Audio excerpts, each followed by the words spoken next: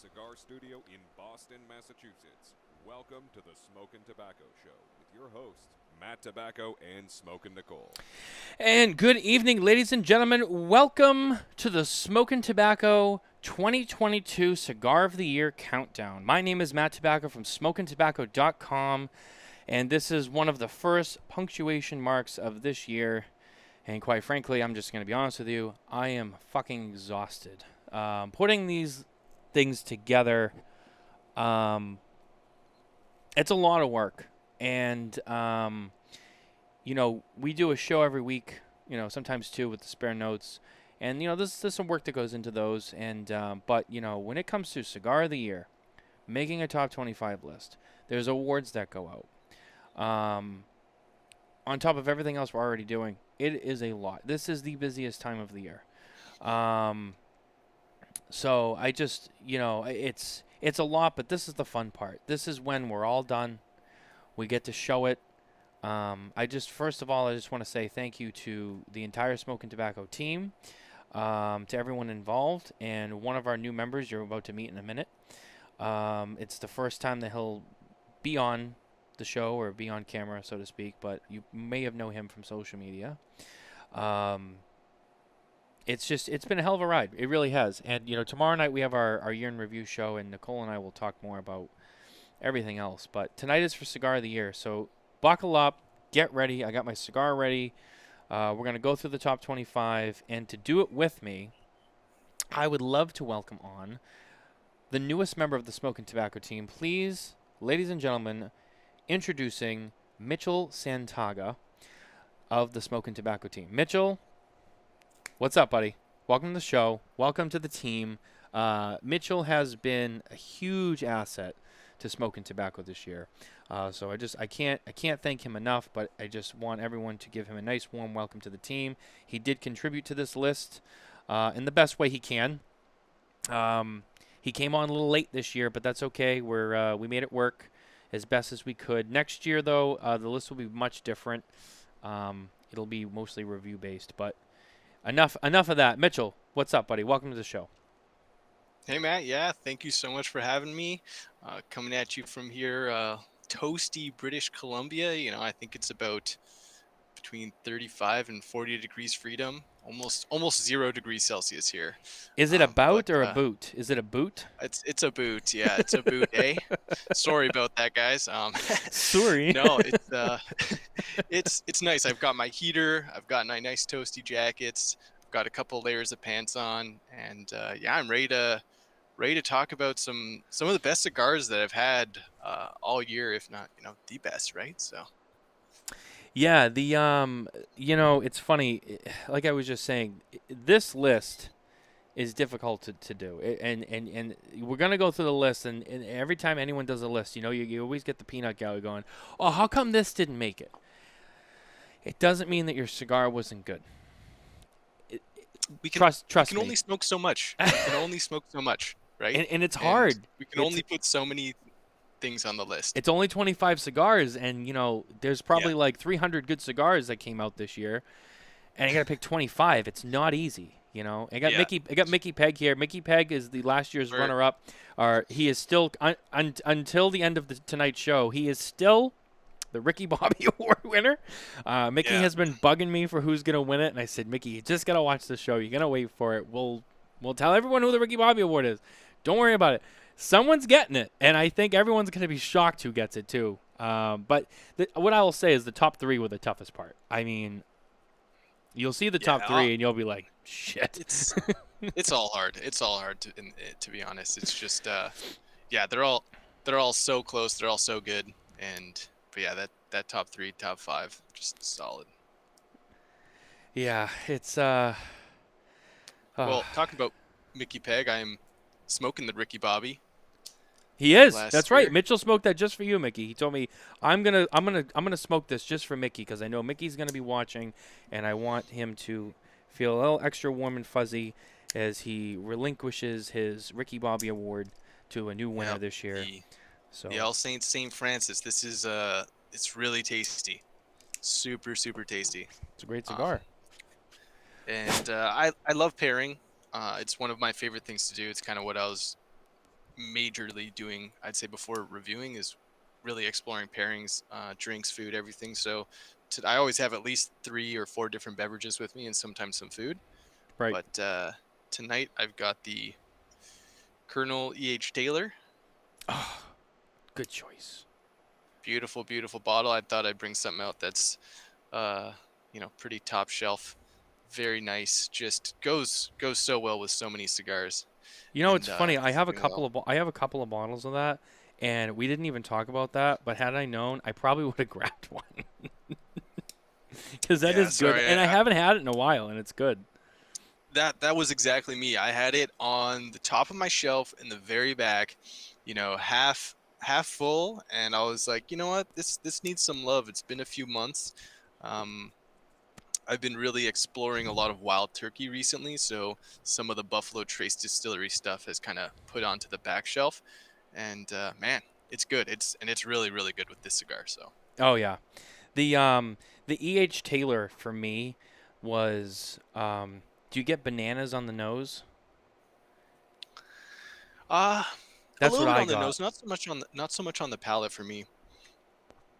But I find the most banana whiskey is Jack Daniels. Some of like the higher end Jack Daniels. Like the single barrel select and Yeah. yeah, Some of that barrel proof or the single barrel, like obviously like we have our own our province does selections. We don't have private stores here that do selections, so it's a BC select they call it. yeah. But yeah, a little bit of banana, sweetness, Other than rum, that's the most banana caramel. like whiskey I've come across so far. Look at Nicole. She's not even on the show tonight, and she's like, enough with the chit chat. And it's like, okay, all right. Even when Hey, she's we're not here, just she's in control, right? there you go. All right. So without further ado, let's start going through this list now.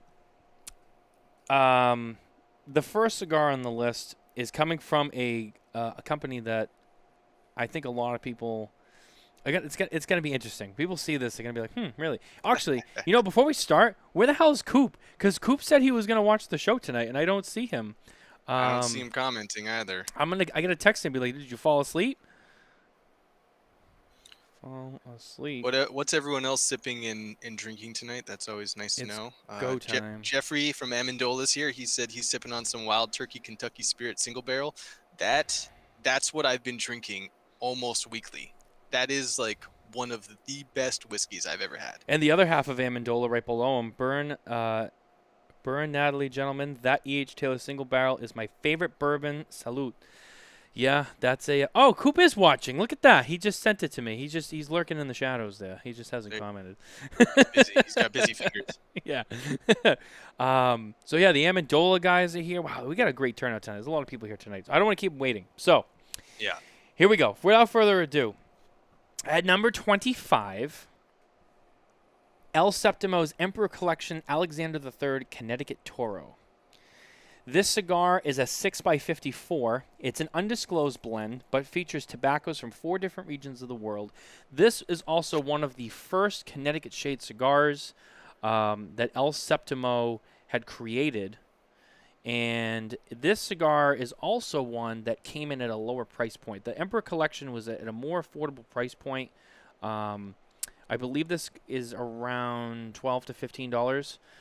Normally, from anyone who's familiar with them, when they first came onto the scene, they had cigars that were $50, $60, $70, $85.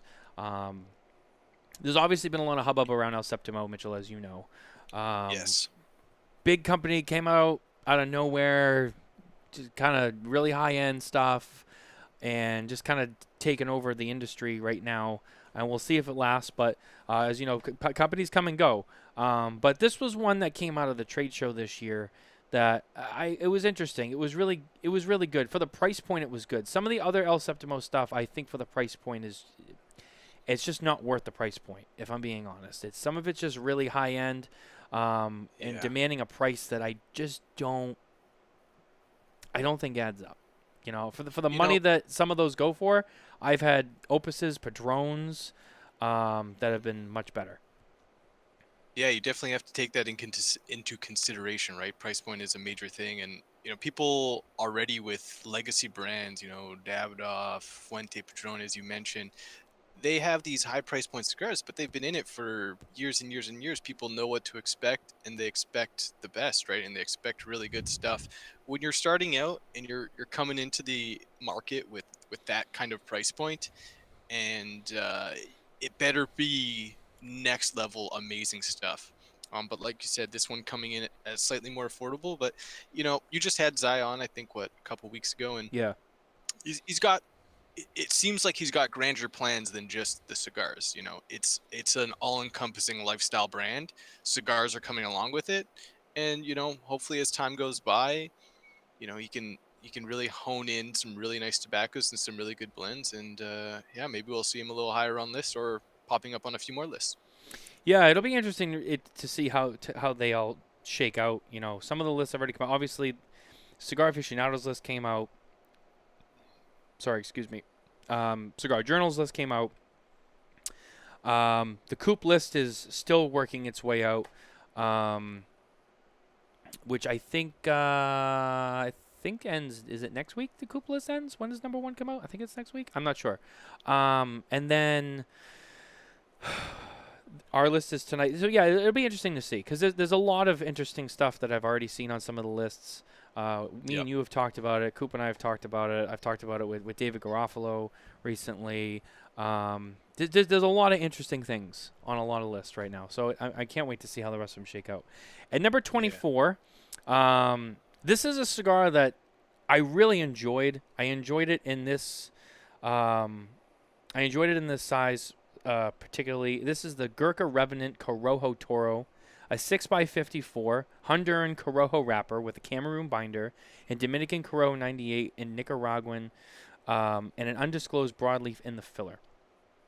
This is, I have to say, Gurkha is, I know, when people hear Gurkha, they think, well, if you saw, Juan Lopez came on our show last year, and we talked a lot about, Gurkha's reputation in the past and some of the stuff that was being put out.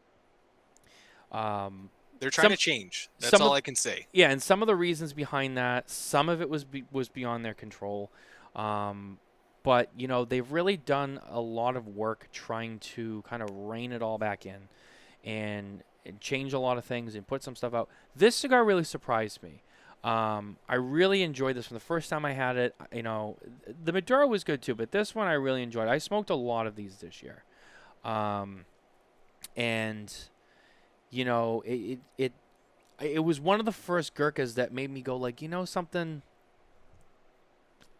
they're doing some stuff, and so far it's working. Going into these lists, we always have to keep an open mind. With whatever name comes in front of it, it doesn't matter. If it's a good cigar, it's smoking well, it deserves a spot. It deserves a spot, right? It does, and this one certainly deserved to be on the list. No question about it. And I know that there's people who are going to see a Gurkha on the list and be like, why is there a Gurkha on the list? Well, most of those people probably haven't smoked it either. So smoke the cigar first, and then you can decide whether you think it really needs to be on the list or not. Because I think this is one of the first cigars that Gurkha's put out recently where I'm like, they're turning it around. They're really starting to put out some good stuff, and hopefully that trend continues to go upward, and I wish those guys nothing but the best. They got a great team over there, and this one was a winner for me. Number 23. Oh, hold on, sorry. I already did the first fuck up. the Davidoff Discovery Limited Edition 2022 Grand Toro. It's a 5.5 by 58. This uses an Ecuadorian wrapper over Brazilian Seco binder and 5 different filler tobaccos. Sorry, I lost my place here. 5 different filler tobaccos. Brazilian Matafina Seco, Visos from Esteli and Jalapa, Nicaragua, and a hybrid 2020 Seco and San Vicente Mejorado Seco from the Dominican Republic. I got through that much better than I thought I would. Some of those names, I'm so bad at pronunciation. This cigar is interesting. This cigar, this came out this year. This is a blend of the Nicaragua, the Escorio, and the Yamasa. All of them put together. If you're familiar with those cigars, I found this to be one of my favorite limited Davidoffs that I've smoked in the last 4 or 5 years. And they Yeah, do. Davidoff Ellie's have been getting some criticism, I'd say, recently, just in terms of like, I agree. their core being still such a step above, and also the amount of Ellie's they're doing. But what is a list without a Davidoff? I think That's, they're a staple brand. they're. I mean, they are. Look, they're a big company, staple brand. They have a lot of cigars. For me, a lot of the Davidoffs, when I smoke them, I look at them, and obviously, Davidoff has a reputation that they've built the last couple of years as a company. They've done some very suggestive things that have turned some heads and whatever. But when you actually get down to the cigars themselves and you bring that shit out of it, yeah, a lot of the limiteds have been not great, but not bad. Just kind of meh. This one I smoked it, and I remember I was like, I was just out of the first third, and I was like, wow, this really grabs my attention. And the size worked really well too. I really enjoyed that size. And to be honest with you, there's a lot of different tobaccos in there, so I think in that size, it really allows all of them to have a chance to blend well together, to really expose themselves. If it was in a smaller ring gauge, I don't think it would do it justice at all. Yeah, the ring gauge is definitely a necessity. So if you haven't, if there's any out there still, if you can find them, you should definitely check those out. The next one is a line that I've really gotten into in the last couple of years. And to be honest with you, last year's I think would have been much higher on this list, but we decided to go with this one instead, and that's going to be the 2022 Las Calaveras LC46, 5 3/4 by 46. It's a Nicaraguan Puro that uses a Corojo 99 wrapper. Now, this is the first time in the Las Calaveras history. Now, Las Calaveras was first created in 2014. It's made at the My Father Cigars SA factory in Nicaragua, and this is the first time that a Las Calaveras blend was a Nicaraguan Puro. Uses all Nicaraguan tobacco. My favorite is still the 2014. Mitchell, I don't know if you've had any of the Las Calaveras or even if you've had the 14. I have, yeah. Again, being in Canada, we don't always get like LEs like this, but I was able to get my hands on a couple. What year was it? I think it was a 2018 or 17, but it had a few years of age on it. I smoked it last year, so it had at least 3 or 4 years of age on it. And yeah, again, I love My Father stuff. Like, obviously they're using Sure. My Father tobacco and blending stuff at that factory. Yep. It's always super consistent, and John Huber, just great everything, man. Like, the guy just runs a tight ship, and he puts out banger blends. And yeah, this is one of those LEs that you definitely hear buzz about every year, right? Everyone talks about when it's released, but I feel like many LEs, this one, like many, have the same issue. They always get compared to each other. They don't stand alone, and everyone's always like, oh, this year was better. And it's like, it's a new year. It's a new thing. It's a new standalone cigar. It has obviously the same band, but yeah, I've enjoyed every Las Calaveras I've ever smoked. Obviously, there's, better ones than others, but that's how it goes. I think I've smoked all of them except for the 15 and the 16. The 14 I got down at Smoke Inn from Abe, and I remember he had it in his vintage room. Yeah, in the back, lock and key. Yeah, and I smoked it, and I was like, fuck, this is good. And it still has a lot of strength to it. And I went back in there, and I bought more because I knew, I'm like, there's not many people that probably have any of the 14s left. And I bought those, and I think I still have 2 left. And those are great. That's what everyone says. 14 was a year. 14 was if they could bring that back, they could redo that blend. Like, oh man, I'd buy so many of those. I'll tell you, that's got to be my favorite Las Calaveras. But the 21 was pretty good.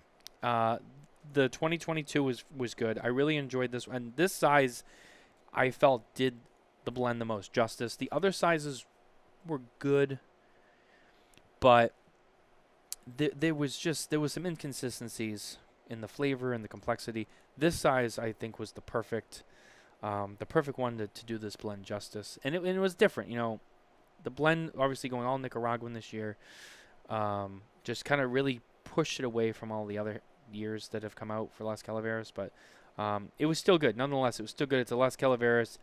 It held its own. It earned its way onto the list. Like I said, I think last year's would have gone a little bit higher, but just kind of the way the list shakes out, there's a 2022 this year, and the 2022 got precedence, and it still made it on the list. So I was really excited about that. The next one is the. Sorry, I got all the photos here, and I'm trying my best to keep make them perfect, because I know if I don't, Nicole will give me a hard time. Number 21 is the 20 Acre Farm Toro, the 6x52 Ecuadorian shade-grown wrapper, Honduran Habano binder, and fillers from Nicaragua, Esteli and Jalapa in Nicaragua, along with the Florida sun-grown tobacco, which is grown on a 20-acre farm in Claremont, Florida. And for those who don't know, Florida sun-grown is the tobacco that is grown by Jeff Borshwitz of Corona Cigar Co. This cigar was the second, I think it was the second Freestyle Live cigar that Drew Estate debuted with their new Freestyle Live event. As you guys know, last year, Cigar of the Year was the Undercrown 10 Toro, which was the first Freestyle Live cigar from Drew Estate. This was the second Freestyle Live.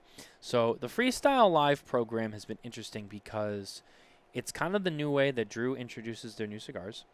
Also, in the first 2 years of our list that we've done, a Freestyle Live cigar has made it onto the list. One of them won Cigar of the Year last year. This one is a little bit deeper on the list, but it's on the list nonetheless. And I was impressed with this cigar. It was different.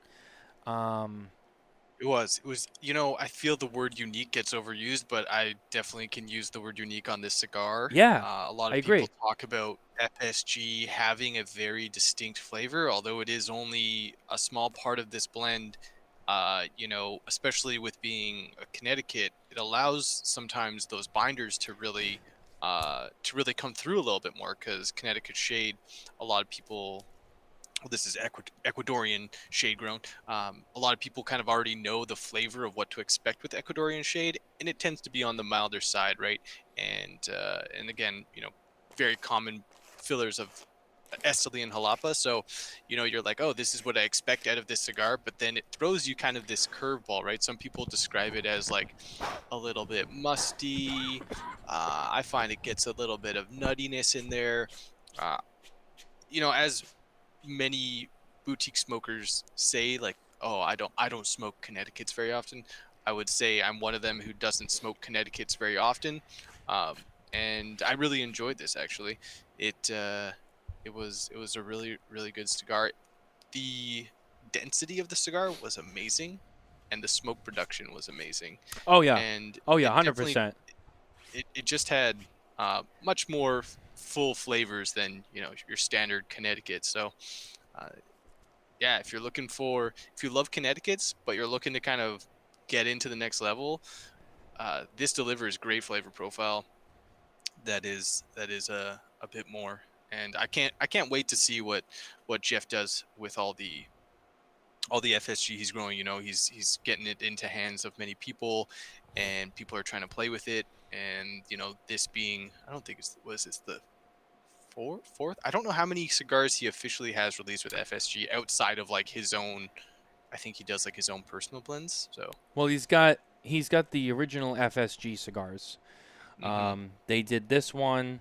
I believe he's used some FSG in like a Davidoff exclusive that he has, as he does a lot of business with Davidoff. So I think there's a Davidoff with FSG that I think you can only get from Corona. Actually, I think you can only get it at the Corona store. I don't even know if it's online. But I know I've seen it. I know I've seen it because I've been to Corona a few times and I've seen it on the shelf. And then I feel like there is one more that's eluding me. I feel like there's another one that has FSG in it and it's eluding me right now. But there's at least four for sure. I'm pretty sure there's at least four that use FSG tobacco. But you're right, it's interesting. And then I know that one of the things he did was he started doing FSG beef. So some of the cattle that he has on the farm, he's actually slaughtered for meat, and they've eaten the meat, and they've done some events with it and stuff like that. So yeah, really interesting. A lot of interesting stuff that they do with that FSG stuff, and it's really turned into like a whole nother brand for them, which is great. Yeah, Jeff is just doing so much with that farm, and like I said, can't wait to see what more comes out with the FSG. All right, now this next one, where are my ambassadors at? Where are my ambassadors? At number 20, the McAuliffe Migdalia Special Edition. It's a 5x40, what they like to call a Landrace. Mexican San Andreas wrapper over a Sumatran binder and fillers from the Dominican Republic and Nicaragua. This is a cigar that came out for International Women's Day. And it came out in these beautiful blue lacquered 12-count boxes, which I think Nicole and I must have smoked, I don't know, at least 4 or 5 of them this year, maybe more. This was a cigar that we both really enjoyed. With that Vitola, it's so easy to have a cigar or start with that and have multiple after it. I found it had a nice clean profile, really good medium strength, medium body, nice like natural tobacco sweetness, a bit of wood, minor like kind of mild pepper as well. And being again up here in Canada, we get these colder days, and sometimes you want to get out and you just need something that isn't going to take you 2.5 hours. And approaching this was perfect for those kinds of days. It was, absolutely. It gave you the flavor profile you wanted, and you felt satisfied after having this cigar. I really enjoyed it. Yeah, this cigar was one that I liked for when I didn't have a lot of time. I liked for when, so a lot of times, especially in the summertime, I smoke a lot of cigars. Even just outside of doing stuff like this, I smoke a lot. I'm a power smoker. I smoke a lot. I smoke fast. People think I'm crazy when I tell them, like, how many cigars do you smoke a day? And I'm like, I mean, in the summertime, some days I smoke 4 or 5, if not more. Sometimes I'll be smoking, and I'll smoke a lot of regular size Toros and Churchills and stuff like that. And then I get to like the end of the night, and I'm like, I still want some more, but like I don't want like another full cigar. This also I find is a great like end of the night cigar. It's like that last cigar you want just to kind of like finish off with something. It's a great end of the night cigar for me. It's a great like short period cigar for me. It's a good winter cigar. It's a great cigar for the car too. When you just you want to smoke in the car, but you don't have a long drive. It's good because by the time if you have a decent drive, you smoke this cigar, you'll be just about done with it when you get wherever you're going. It works on so many levels. It really is, and the blend is great. And to be honest with you, this is probably one of, if not my favorite cigar from McAuliffe. And McAuliffe is a brand that is small. And they've been growing the last couple of years. They've done some internal tweaks and stuff like that. They're kind of really starting to make some moves, so to speak. They have a long way to go still, but they're in the right direction for the most part. And I think that this cigar was just one that it got my attention, and I think it would grab the attention of a lot of people who are new to McAuliffe, and really bring them in. So I think they're gonna do this again for next year. I don't remember. But if not, I hope they do. If not, hopefully they bring it back at some point, because this cigar was just fantastic. Yeah. Next cigar on the list. I think he's like so far almost everyone who's on the list is here in the comments. I don't think he's here, but I think his component is watching on YouTube, because he usually always does. At number 19. The Room 101 13th Anniversary, a 6x52 Nicaraguan Puro. This cigar is made at AJ Fernandez. To be honest with you, I think this cigar is the best anniversary cigar that Matt has made. I've smoked every single one of them, the 10, the 11, the 12, and the 13. They're all really good. The 11th, I would say, is probably my second favorite. This one, I mean, this one was a real banger for me. It was just everything about it. The construction was on point. The way it smoked, the way it burned, the smoke production wasn't too tight. The flavor in it. I mean, I mean, I could go on for hours about it. This is, and perhaps I think it's my favorite Room 101 cigar that I've had outside of probably. Actually, I don't want to say because we might talk about it later. So that's all I'm going to say for now. But no, this cigar was great. It really was. And the anniversary series is one that I really enjoy from Matt. It's another, and we talk a lot about limiteds, right? Yep. And we've already seen a few on the list already. I know that the discussion happens where, is there too many limiteds out there right now? And, are people overusing the limiteds, right? That's a conversation for another time. But the point is that a lot of these limiteds are really good. And the sucky thing is that they're limited and they're one-off runs. So it's like they come out and they're fantastic and then they're gone. And then it's just like, fuck, that's it. But It's part of the appeal. It is. But you know what? Credit is earned and where it's due, or whatever the fucking saying is. I get too much of thinking right now. But no, seriously, it earned its way on the list. So seriously, this was a great one. It really surprised me this year. Matt calls it the Stinky Pinky, obviously with the pink band and the pink boxes, and just I wouldn't expect anything less from him. Obviously, anyone who knows him. Yeah, it's too bad we didn't have pictures of our feet for Shadow Army out there. I know, and it's funny. Shadow One is normally here with us, and Shadow One's been bugging me all week about what's going to be number one, and now Shadow One is not here. So hopefully Shadow One sees this at some point.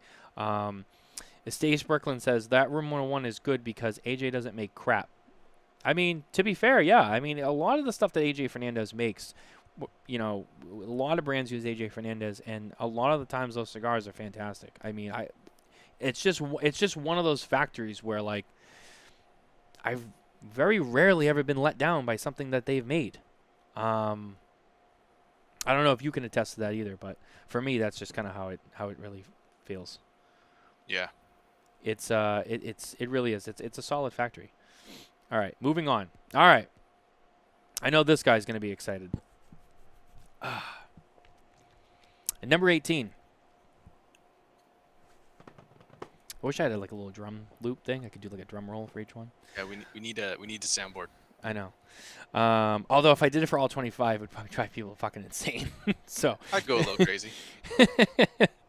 At number 18, All Saints, the St. Francis, Colorado Churchill. Here it is. This is a cigar that has been on my mind all year since it came out. It's a 7x48 Churchill. It uses a Colorado shade Ecuadorian Habano wrapper with Nicaraguan binder and filler. And it is made at the Tabacusa factory in Nicaragua. You're smoking the St. Francis, the original St. Francis, which, damn, you're going through that pretty quick, too. The OG, that was number 2 last year. I'm really enjoying it. Yeah, I can tell.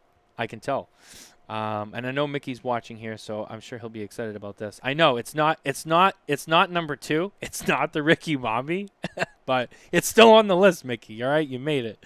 But yeah, go ahead. Really good cigar. I don't think I had this exact Vitola, but I have had the St. Francis Colorado. Yeah, really solid cigar.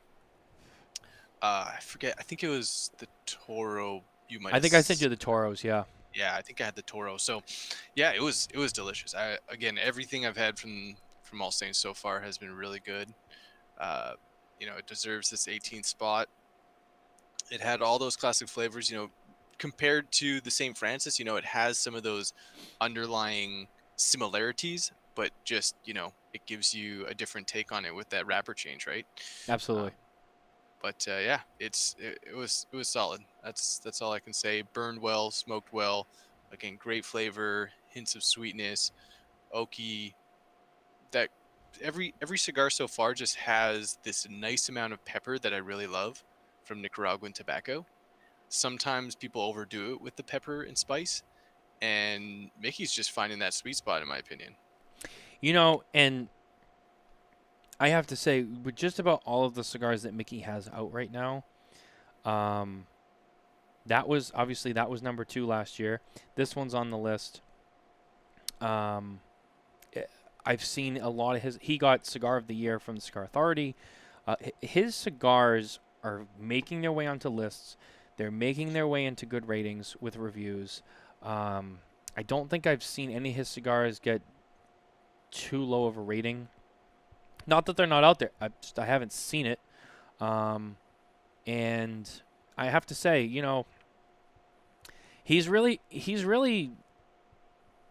onto something. I mean, he just the last few years he's been firing on all cylinders. He's been putting out great cigars. We just hope he keeps up that momentum.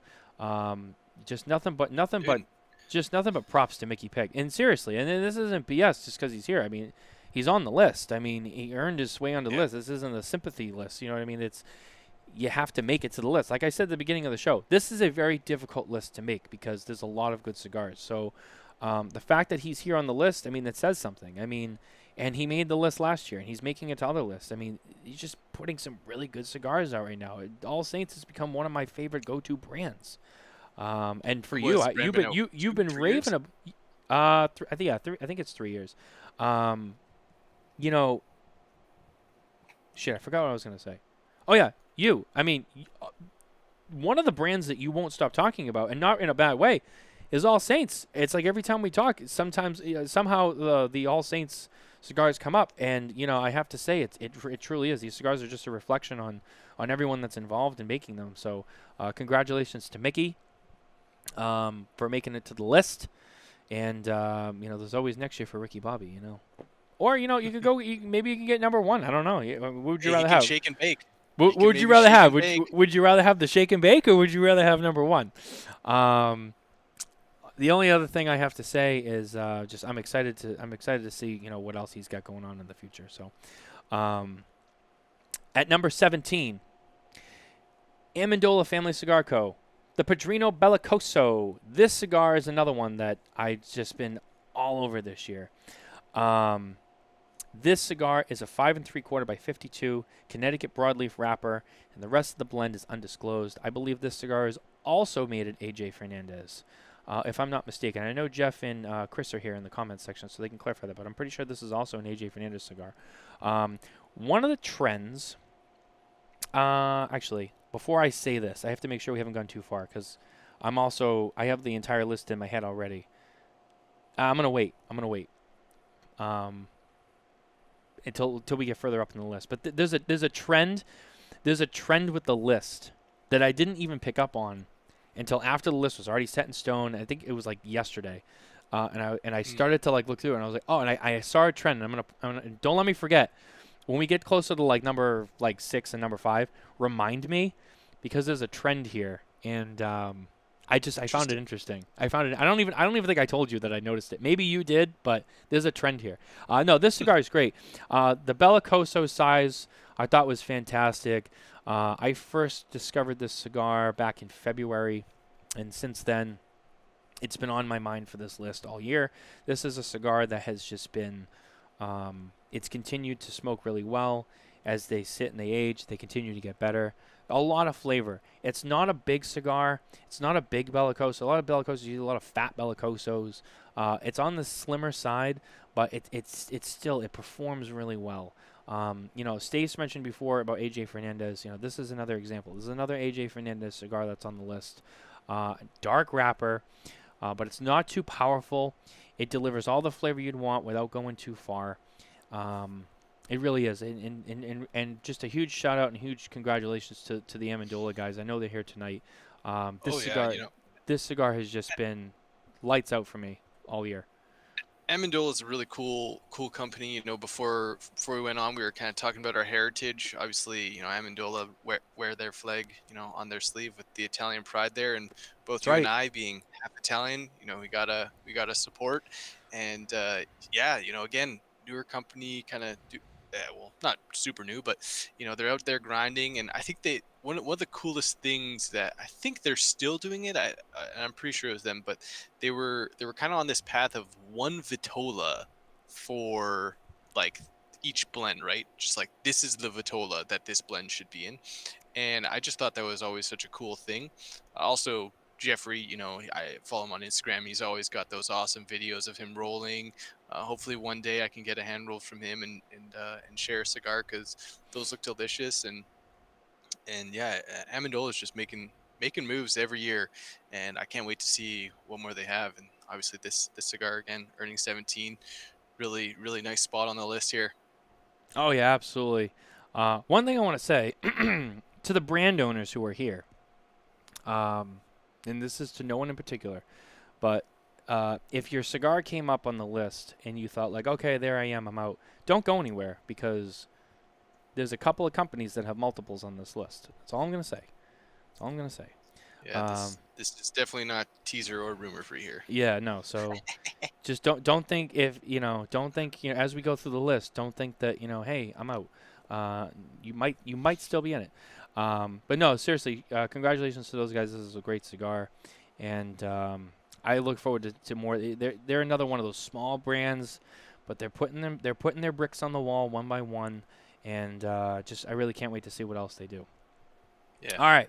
So at number 16, this cigar, while technically it's been out for a few years, it made its way onto this list this year because it's a more difficult cigar to obtain, but for the most part it's more of a regular release now, and I felt comfortable putting it on the list this year.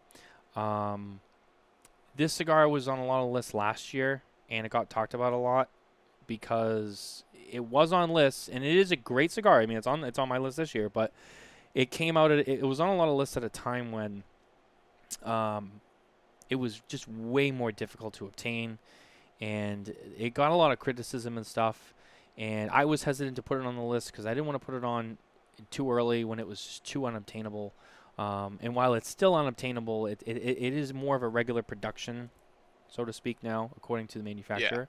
Yeah. But at number 16, we're going with the Liga Privada H99 Toro. This is obviously a cigar that many people are very familiar with. Perhaps my favorite Liga Privada.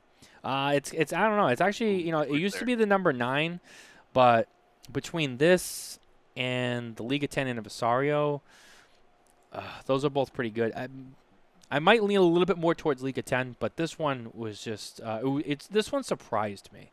That's what I'll say. This one really surprised me. If you're a Liga Privada smoker and you haven't had this yet, it's quite different from a lot of the other Liga Privadas that you've probably already smoked. I know Nicole can attest to this too. She's in the comments. This is a 6x52 Toro. It's a Corojo seed leaf grown in the Connecticut River Valley over a Mexican San Andreas Negro binder and a blend of Honduran and Nicaraguan fillers. This one was a lot smoother, a lot softer. You have you have the number 9, which is dark and really rich. You have the T52, a lot more spice. This one was a lot more refined, mellow, not crazy on the flavor, but in a way that it was subtle and enjoyable. If you can get your hands on it, roll the dice and get it. I mean, don't overpay for it. I've seen some of these cigars out there. People are asking way more than they should be. And I know it's limited, but I think the MSRP on this is $15. So don't pay 40. Correct me if I'm wrong, but I think this was originally released in for Europe, was it not? And then eventually released for or was that another blend? Well, I know the Bauhaus, the Liga Unico Bauhaus was released in Germany. Yeah, maybe it was Bauhaus, yeah, but which we don't have in the United States. Or Canada. I don't think it's in Canada either, right? No, we do have Drew Estate up here. Maybe like every once in a while, like 5 boxes enter into the country, so of Liga Privada. So it's pretty hard to get anything up here in terms of that. Undercrown's a pretty big, like a lot of people smoke a lot of Undercrowns up here though. Yeah, Undercrown's a great line. Yeah. But yeah, the H99, if you can get your hands on it, don't overpay for it. Like I said, don't pay $40 for it. But if you can find them at your local retailer, or a lot of times, a lot of the online guys, they do a lot of samplers and stuff. I know once in a while Smoke Inn does a sampler with them. Buy one, check it out. I think it's a cigar that might surprise you if you're a Liga smoker and you haven't had it already. At number 15, this is perhaps one of the best cigars to come out of PCA this year. I first smoked it, and I was really blown away. And Nicole really loves this cigar. Nicole really loves this brand. A brand that has gone through a couple of changes this year. But nevertheless, here they are at number 15, the Luciano Mas Igneous Short Robusto. This is a 4.5 by 50, so it's a small little cigar, but for that small size, it really packs a punch. Ecuadorian Corojo 98 wrapper over a Brazilian binder and fillers from Nicaragua. This cigar is kind of made in tandem with the Mas Igneous wine that Luciano also owns. I believe a stake in. I don't know if he owns the whole thing, but some of you may have heard of the Mas Igneous wine. You have the Mas Igneous cigar. Luciano was on the show a few months ago, and we talked about this cigar. I think we smoked this on the show. I can't remember. But this cigar was definitely like one of like 4 cigars that after the show they came out. We started smoking the samples and they were hitting shelves and talking to retailers talking about how well they were selling, and we got some more and we smoked them. They were really good. Everyone was talking about this right after the trade show for sure. It was, people were going over to like, oh, my top 5, top 10 cigars to look for hitting shelves. This was always, I don't know, pretty much every person's list I saw, this was hitting it. And yeah, Luciano doing some out of the box things with, again, kind of creating a cigar specifically with a pairing in mind, kind of like taking, I think when he talked about it, he was talking about pH, right? You don't hear almost any blender talk about pH of both soil or the pH of like how it changes in your mouth and also how wine affects it, right? And so he kind of approached it at a very scientific level, and yeah, it's really cool to hear those kind of approaches to blending, and that it comes out with what is really good cigar hitting in at 15. Yeah, no, this is, like I said, this is probably one of you want to talk about like the mid-year releases or the stuff we saw. This is definitely one of my favorites. I think there was a job well done. Prior to this, I mean, Luciano was making a lot of nice things. The Dreamer was a fan favorite. I know Nicole actually was the first one to start smoking a lot of his stuff back when it was Ace Prime, and she's actually the one that really pointed it out to me. She's like, "Hey, have you tried this stuff from Luciano?" And I was like, "A little bit." And then she was like, "Hey, like let's dive into this." And I started smoking more of it, and I was like, "Wow, I mean, yeah, she's right. I mean, there's a lot of good cigars here." And I know I'm not going to get into it. I know there's been some changes with the company this year, but what I will say is that regardless of anything of that, the most important thing is the cigars that are made and the cigars that are being put on the store shelves, and the cigars speak for themselves. I wish him the best of luck, and hopefully it's nothing but up from here, and he continues to grow and really build on this brand, because so far, I mean, he reminds me of Mickey Peg, with All Saints, just coming out of the gate. So far, almost every cigar he's got, it's a real winner for me, and I can't wait to see what else he does. It's really awesome. Next, yeah, I'm also really excited to see. Next at number 14, this is an interesting one. This is a celebrity cigar, and it's probably the only celebrity cigar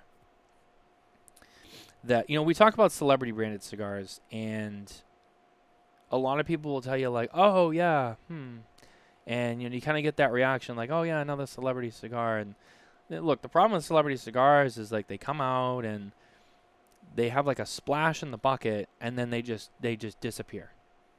I can name several cigars like that. I won't right now, but even I think it was Steve Saka when he came on the show earlier this year in the fall. This cigar actually he mentioned specifically, saying, I think this is going to be the exception to celebrity cigars where it's actually going to be really successful. And I think so far it has been. And that is, at number 14, by Espinosa Cigars, the Knuckle Sandwich Maduro, the Robusto, 5x52, Ecuadorian Sumatra wrapper over Nicaraguan binder and filler. what can we say? This is a Guy Fieri's brand, the Knuckle Sandwich brand. He partnered with Espinosa. There's the Habano, the Maduro. They just announced, I believe it's a Connecticut Shade that's coming out. Yeah, So, Connecticut Shade. so this brand is growing. Hopefully it continues to. This cigar has been one of those cigars that there was a lot of hubbub about all year. From the beginning to the end of the year, this is like one of those. This is like one of like 5 cigars I heard about non-stop. And of course, yes, you have Guy's name and association with it. So obviously, people, you have that. Oh, it's Guy's cigar, but at the same time, like I just said, there's so many celebrity cigars that come out. And someone puts their name on something, and it's like, oh my God, like such and such. But then like it dies out. This cigar, stood on its own without the name attachment. It performs well. It tastes well. Espinosa is a factory that, or a company that, they've been doing some really good stuff, with their own stuff, the Espinosa stuff. And I think that it was interesting. When I first heard that they were going to be the ones making this cigar, I was like, that's interesting. But as time went on, I'm like, they were really the perfect fit for this. And I think that the two together, I think is a great partnership. And I think so far it's paid off for both parties. And I think it's going to continue to grow. They've already expanded the line. So really, I'm excited. I really think this will be the celebrity cigar to break the stereotype. I really do.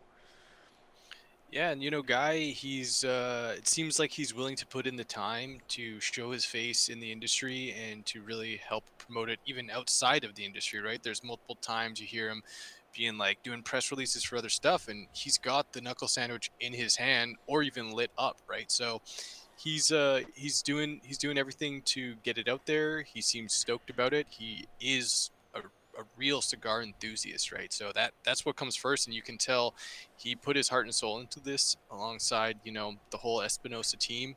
You have the Maduro and the Habano, bro, and both really, really good, but we have the Maduro here, and I loved it. I thought it was super.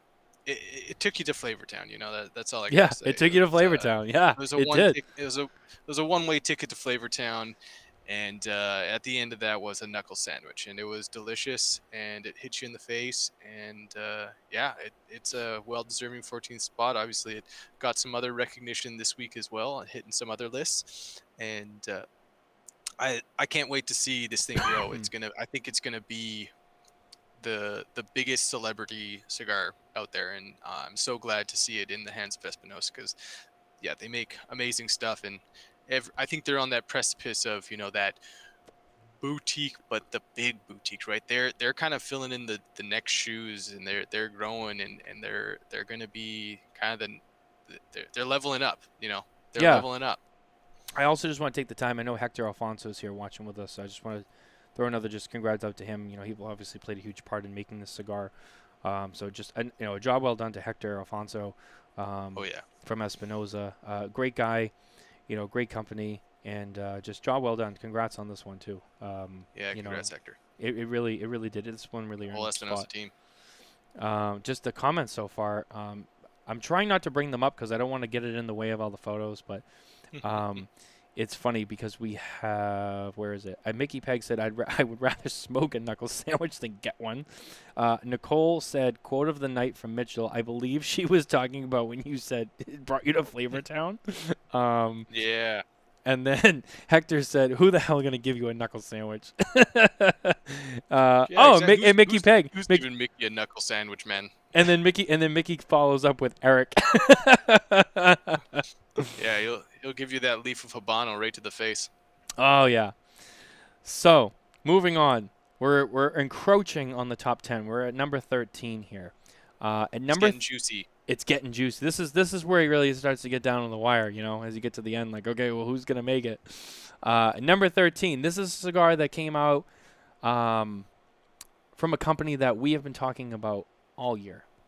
And it's not a company that makes cigars. This is a distribution company that's mainly behind this brand. If you follow along with the Smokin Tabacco show and the Spare Notes show, you're gonna know exactly what we're talking about. This is a company that was one of our most anticipated ones to see at the trade show. because of how hot their first half of the year was, and then how hot the second half of the year was. It's just been a very hot topic, and that is going to be from United Cigar at number 13. The Red Anchor, the Admiral, a 6x52 Ecuador Habano 2000 wrapper over Dominican binder and filler. This is made at the Kellner Tobacco Boutique Factory. Red Anchor is a brand that I believe it's the oldest cigar brand in America, if I remember correctly. And this is a brand. That's what they say. Yeah, and this is a brand that was resurrected by United, completely redone, redesigned, and reintroduced to the market this year at PCA in Las Vegas. And this cigar, wow, this cigar reminded me a lot of some of the classic Davidoffs. It really did. And it really, I know Nicole smoked this, and I wish she was on here with us to talk a little bit more about this, but this cigar was fantastic. One of the things I found it to be, it was a lot like H99. It wasn't too powerful. It wasn't overbearing. It was just enough flavor to just really put you on this nice ride, really smooth, just enough complexity. It was subtle, just a great cigar, a good medium, mild plus medium cigar for me, and I was excited about this cigar. The only problem was I grabbed some when it came out. I smoked them. I thought they were great. I smoked through everything we had, and then as we do, we keep smoking all these different things. And then when I went back, I was like, hey, I need more of these, and they were already gone. They were already sold out. So these sold out already. They're already gone, which sucks because I want more. And I think there'll be another release coming out in the beginning of the year. But yeah, even as Nicole said, the construction, the flavor, everything was so good on it. All around, it wasn't, it was a perfect cigar. For those, I know Hector's here, and I know Coop's in here somewhere, and for those who watch Oliver's baseball, chiming in. Oliver's here. Obviously, Oliver's here. If you watch baseball, if you're like a big baseball guy, you'll hear people talk about players and their skills, right? You'll hear someone like Bryce Harper has been called a five-star player or a five-tool player. It's a player who encompasses all of the skills, running, fielding, throwing, hitting with power. They can do all of it. Most players have a couple of them that they're really good at, and the teams, kind of build the roster around that. Then you got players, like even Mike Trout, players who can do it all. And I like to use that a lot with cigars because it's not just about how it tastes. It's it's how it burns. It's how it's made, the construction, the quality of the tobaccos, the smoke production. It's everything, right? This is one of those cigars where, it's not crazy fancy or anything like that, but it performs super well, and it performs super high quality, and all around it. There's no part of it that's like, well, but this part, no, like every aspect of it was just really, really on par. It was great. So if you have a local United cigar retailer, they have these. If they're still in stock, grab them. You won't be disappointed. I think the only critique I had on it, which has nothing to do with really the cigar itself, was I thought the price point was just a wee bit high on it, but I won't complain because it's really good, and it's hard to argue against that when every aspect of it was so good. But other than that, like I said, if you can find it, get it. Yeah. Now, this is we're going to number 12, and the next cigar is going to come on the list. Now, this cigar was talked about a lot on last year's lists, and this was very popular last year. A lot, mostly because of the timing of when it was released and whatnot, and it was another one of the cigars that you heard a lot of people talking about, like, why is this on lists? It just came out, or I don't even think it was actually officially out yet when a lot of lists came out, but it's still a fantastic cigar, and it's scored highly across a lot of publications. It's also one where people get excited about this brand, and coming from Dunbarton Tobacco and Trust. That's right, Saka fans, pay attention. The Sin Compromiso Paladin de Saka made its way onto the list this year, and I don't think a lot of people are going to be surprised by that. 7x50 Mexican San Andreas wrapper over Ecuador Habano binder and Nicaragua and Pennsylvania fillers. Now, the one thing about this cigar is I believe this one has a very slightly tweaked blend from the rest of the Sin Compromiso line. I first smoked this, I want to say January of this year. No, actually, no, I had it last year. I had it December. I think I had this last December, and I was like, wow, this is going to be great for next year. And then it started appearing on lists everywhere. And but we started. I believe its official launch was around the TPE time, and I had it again this year several times. And every time I had it, it just felt like it got better and better. We had a bunch of them laying around. I think we smoked them all, but I mean, yeah, these are fantastic. Steve just blends amazing stuff all the time, and the price point is always in question, but whenever you come into a cigar from Steve, it's and from Dumbarton, you're always getting quality. You're always getting amazing flavor.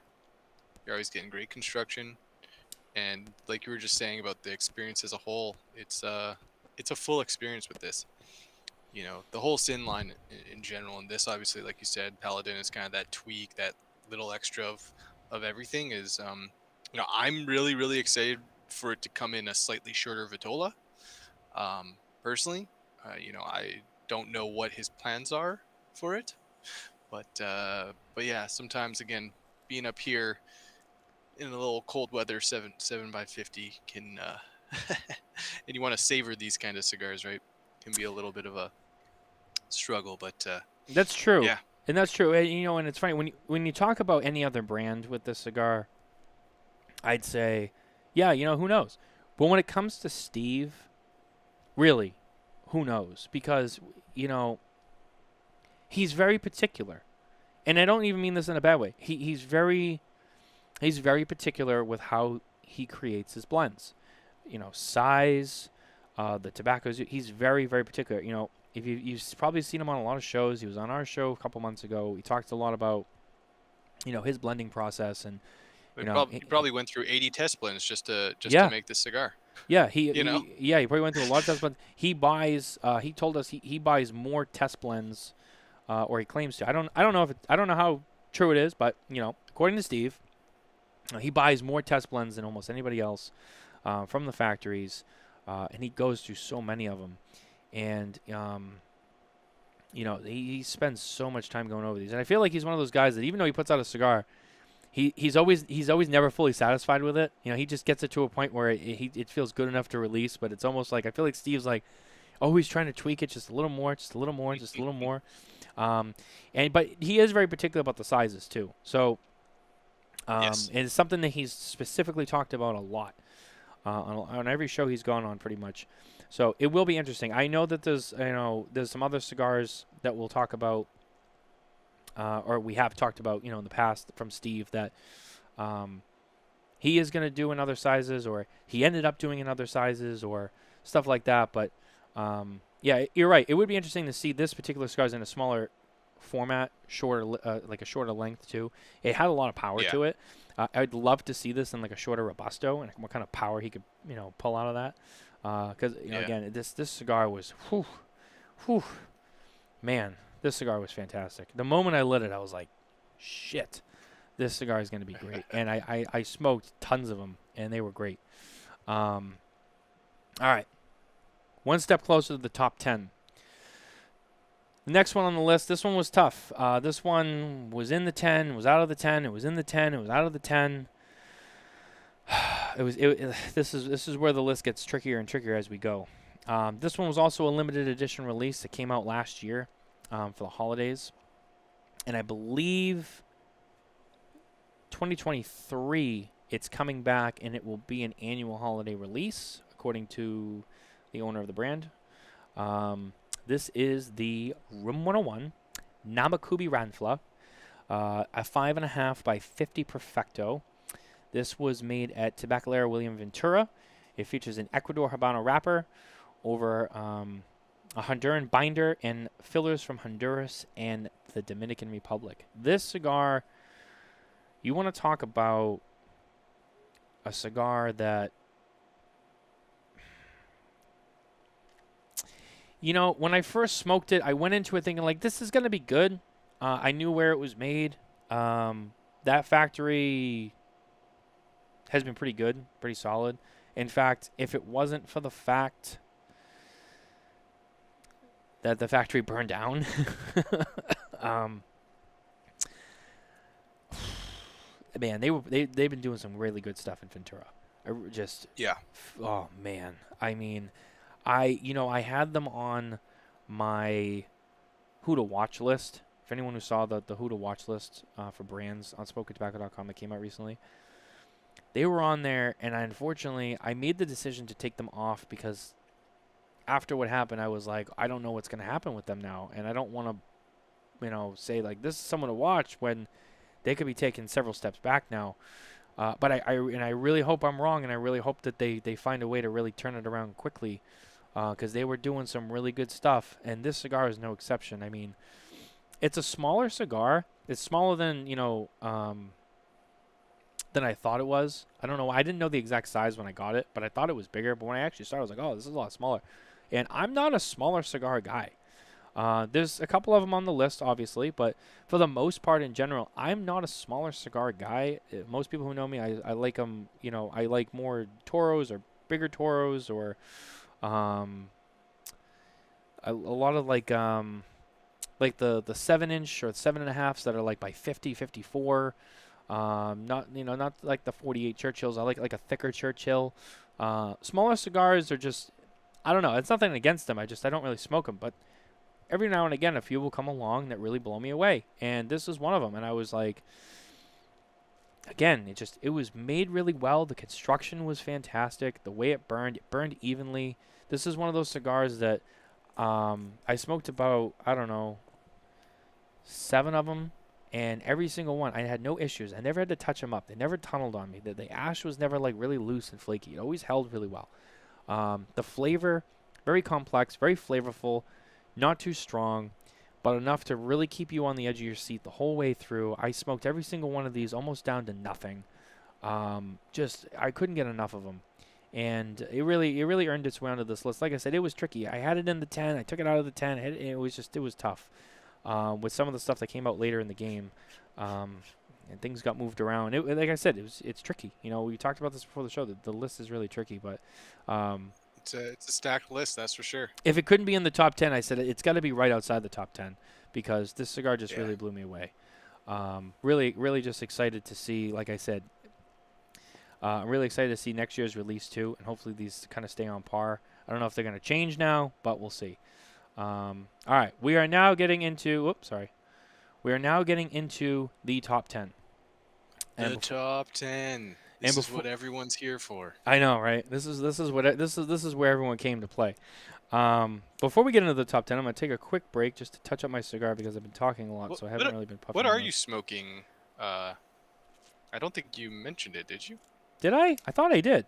I'm smoking a Padron 1964 Maduro A. I grabbed something a little extra special for tonight because I knew we were doing an extra special show, and I wanted to smoke something a little extra special. I wanted to treat myself tonight because it's a fun night. Yeah. No, delicious. Can't go wrong with Padron. Ooh, these are good. I found these.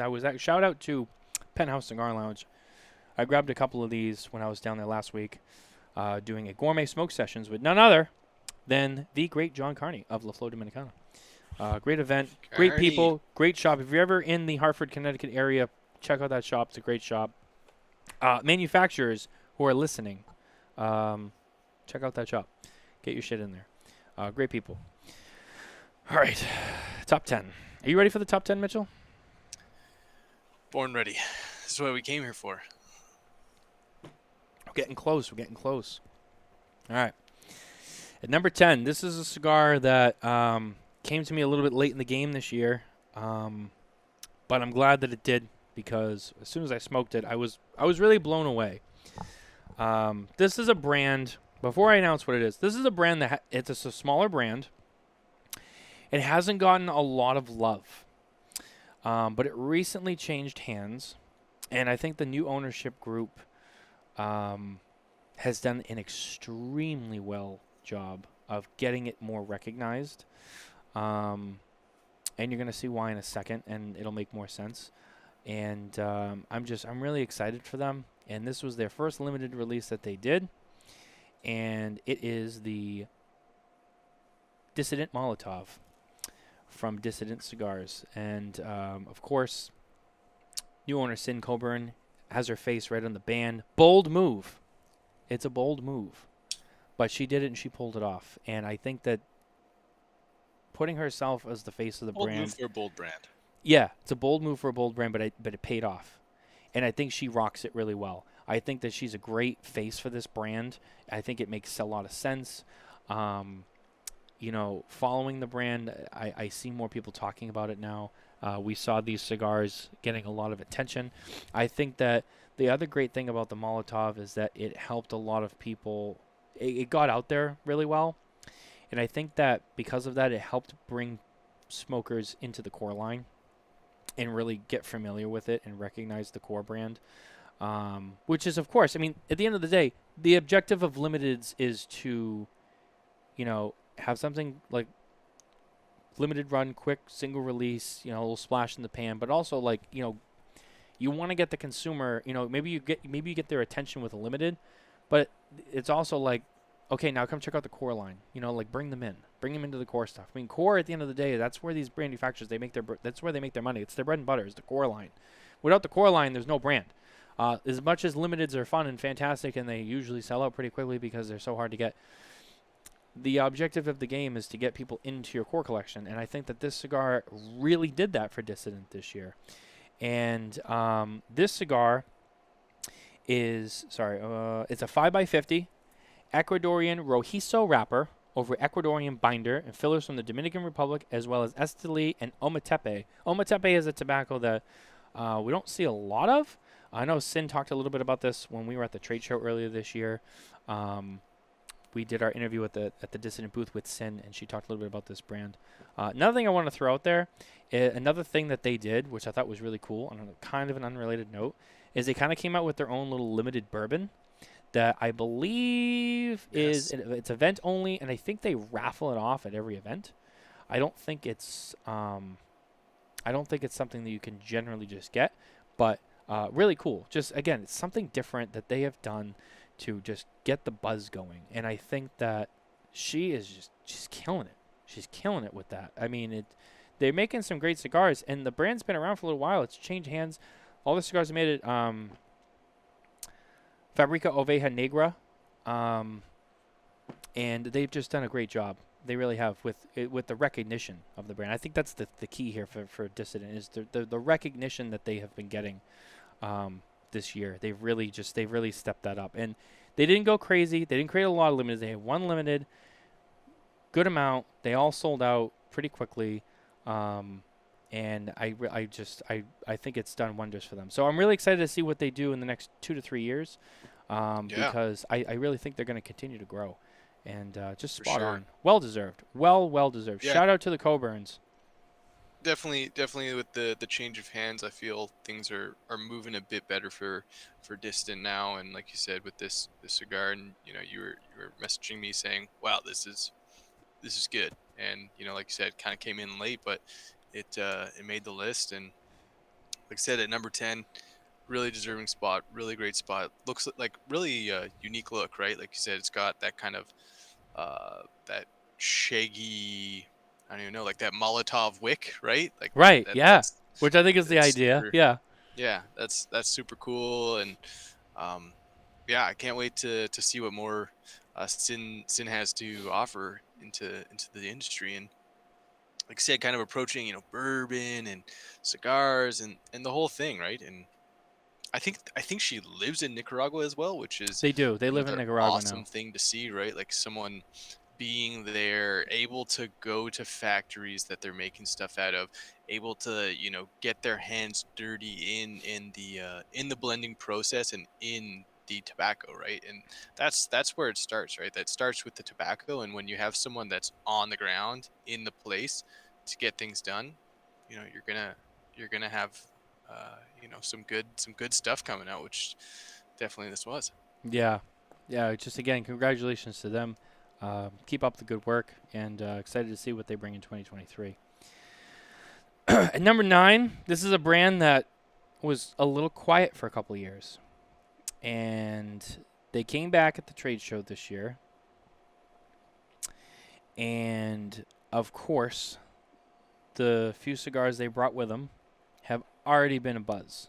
They've already been making a splash. I've talked to dozens of retailers about the performance on these, and we do a lot of analysis too. There's the cigars. We smoked them several times. We go through them and all that, but you also want to, and it's part of the reason why we have a deadline for the list too, is because the reason why I don't allow cigars on the list that came out like 2 weeks ago is because they could come out 2 weeks ago, and they could have like a good first week, and then like you just don't hear about them ever again. So they need some time to like sit on shelves and perform, and they want to hear about like what are people saying.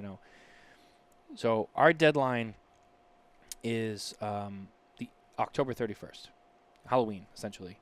If it comes out after that, it's not eligible for the current year. So, and that goes back to the year before.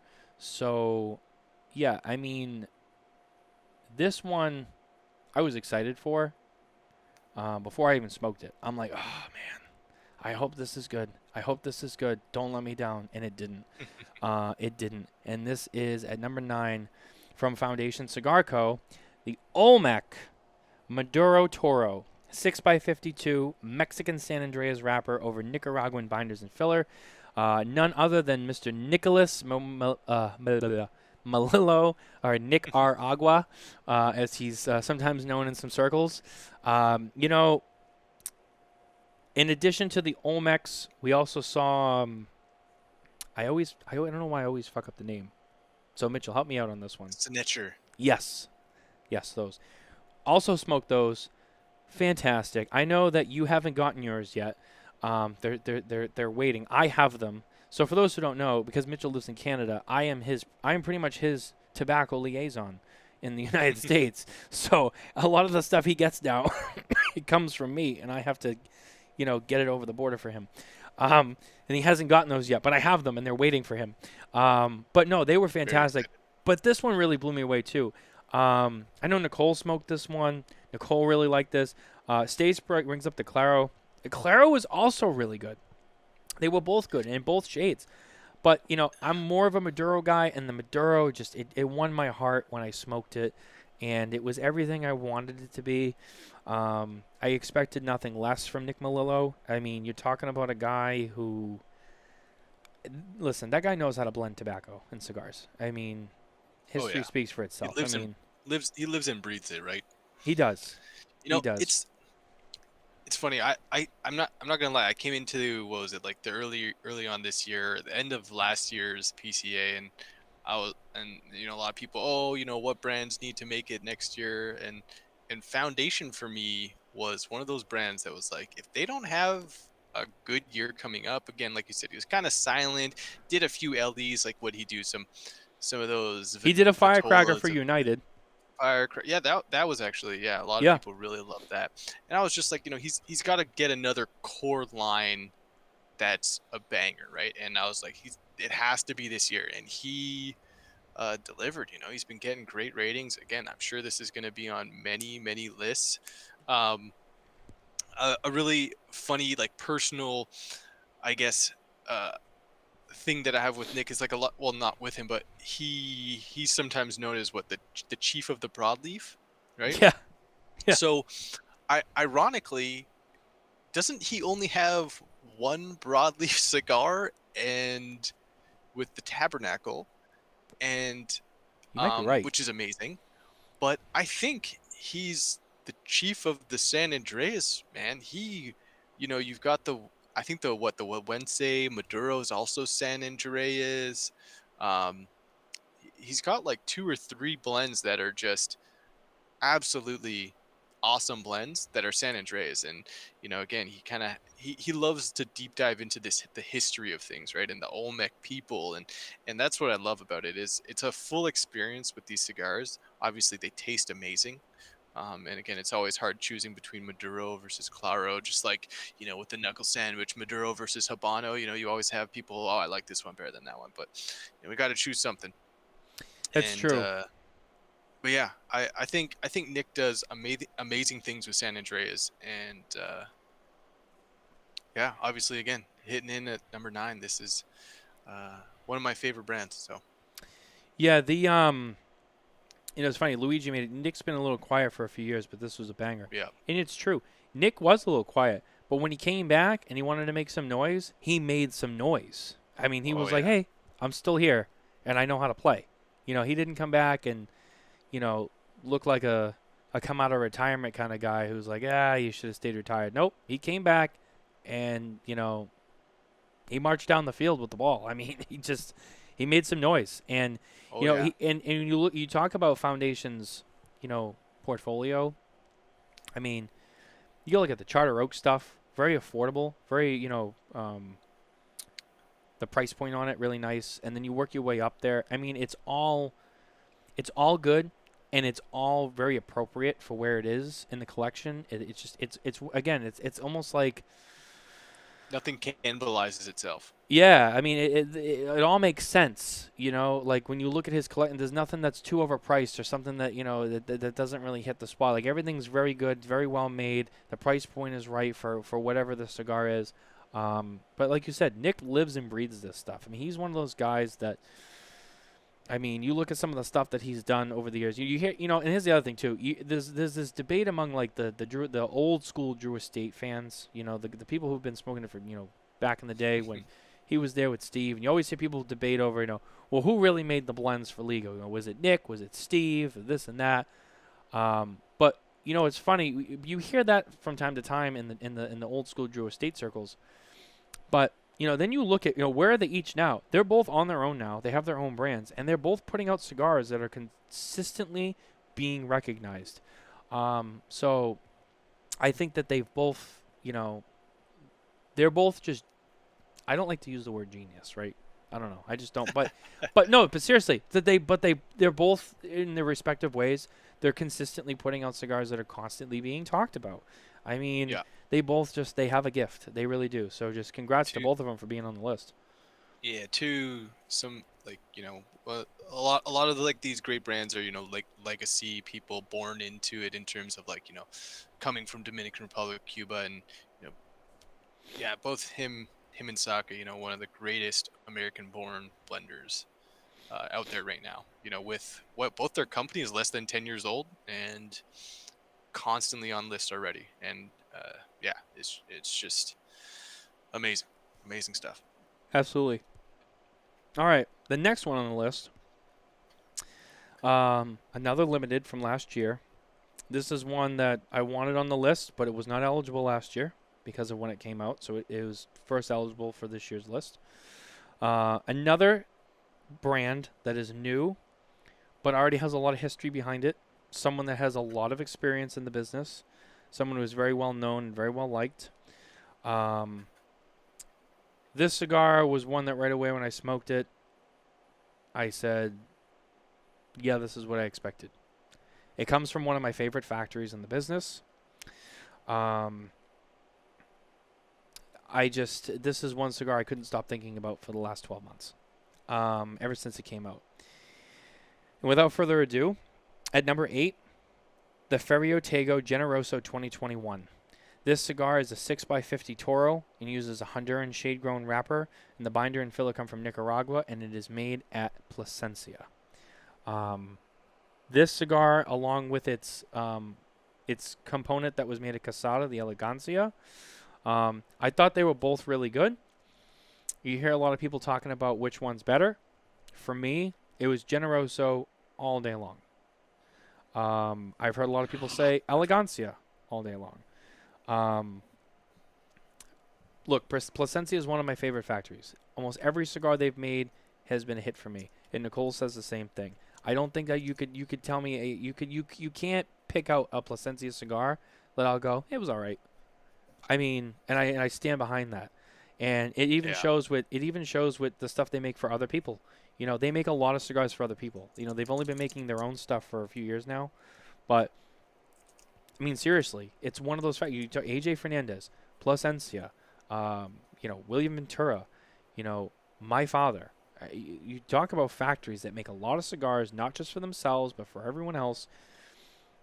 And they're always being talked about. You know, there's this consistency. There's consistency whether it's their own cigar or if it's for someone else. It's still coming out of their factory. There's a consistency there. Great quality, great blend, good tobacco is being used. I mean, you will say it over and over and over again, but it's like, but that's why these are all on the list, because they hit all those boxes. You know, and even for cigars that didn't make the list, there's cigars that are not on here that still fall under that category. And that's why this list is so difficult, because, you know, again, there's just so many good cigars that get made. These did come back out again this year for 2022 in the Generoso and the Elegancia. I believe it was the same blends and everything too, just a new vintage. And this is something that Michael has said will continue to come out over and over again. You know, obviously there was a lot of hubbub last year around Ferro Tego because of Michael Herklotz with his involvement with Nat Sherman. Nat Sherman closes, buys all the trademarks, starts Ferro Tego, you know, has plans to bring back Metropolitan and Timeless, which he's done successfully, but also was like, hey, we're also going to do something with our own name on it, right? And I think these two cigars were great. 10-count boxes. I believe they were $210 for the box, $21 a piece. Every retailer I know who had them, except for one, sold out of them within minutes, both times. And you know, again, this is one of those cigars like I don't think I couldn't get away from, you know, in terms of hearing about it. You know, everyone was always talking about it, and just a huge congratulations to Michael Herklotz with everything him and his partner Brendan have done with Ferro Tego, with all of their cigars. They won a couple of awards from us last year for 2021. They've had a solid few years. Hopefully they don't have a hangover year where they, you know, they kind of get quiet or whatever after they had such a great first year. But you know, hopefully they can continue the momentum, and I'm excited to see what they do next year. Yeah, me too. You know, Herklotz, awesome guy. Yeah, like you said, rich history in the industry. So he's like you said, small company, really early. What, like less than 2 years old, 3 years old, and like I said, getting on this right away. These stuff's just performing, and I can't wait till, you know, what more he does, and just I'm sure he'll spread his wings in the next 3 to 5 years, and things will be great. You know, and one thing that I mentioned too is last year Plasencia was also in the top 10 with the Almafuerte Colorado 6-0. I believe was number 5. Number 6. It was somewhere in the middle of the top 10 last year. So, I mean, while it's not a Plasencia named cigar, a cigar out of that factory is in the middle of the top 10 for the second year in a row, which I think is, again, another reflection on them as a brand and as a factory. You know, of course, it speaks volumes. Here they are again. Second year in a row, they're in the middle of the top 10. So just congratulations to not only Ferro Tego, but even at Plasencia, the people of Plasencia. I mean, that factory is putting out good cigars. All right, at number 7, this cigar, I think everyone's heard about. I think everybody wants it in some way, shape, or form. Mostly, it's one of those cigars where it has a lot of attention. Mitchell recently reviewed this cigar, and the review actually will be coming very soon. It's just on the schedule-wise, it's not there yet, but it's ready to go. It'll be coming out soon. This is a cigar we first saw last year at the trade show. And then, unfortunately, it got pushed back a little bit due to, you know, delays or whatever that happened, which is something that almost every manufacturer has had to deal with in the last couple of years. But we finally saw it come out this year, and from the second it came out, you know, it was nonstop, which was what I expected. But, you know, when you actually sit down and you get to smoke it, you're like, okay, it lives up to the hype. Another larger format cigar. But coming from our friends at Arturo Fuente At number 7, the Rare Pink Sophisticated Hooker, which, Mitchell, I know you just reviewed this, so this is definitely Yeah. fresh on your palate. A 7 1/4 by 53 Ecuadorian wrapper from Oliva over Nicaraguan binder and fillers. A Nicaraguan binder and fillers from the Dominican and Nicaragua. Of course, what is any list without Arturo Fuente? I No, mean, exactly. Another staple brand. Carlito just banging it out of the park with this one. I think this Vitola again, kind of 7 1/4 by 53, a little bit big, but man, there was not an inch of that cigar that I did not enjoy. I got great baking spice out of it, nice kind of dark fruit sweetness, a bit of oakiness. It was nice. I like those medium to medium plus Arturo Fuente blends. They just really hit my palate well, and this was no exception. It was really well balanced, had great flavor, consistent through the entire cigar. All of the transitions it went through really played nicely on the palate. And the retro hail, again, a lot of Arturo Fuente, I don't always get a like a nice retro, but this just had a really nice retro hail to me. I balanced out the entire cigar. It added a slight bit more of that pepper in it. Actually, what I described as a little bit of kind of depth to the sweetness.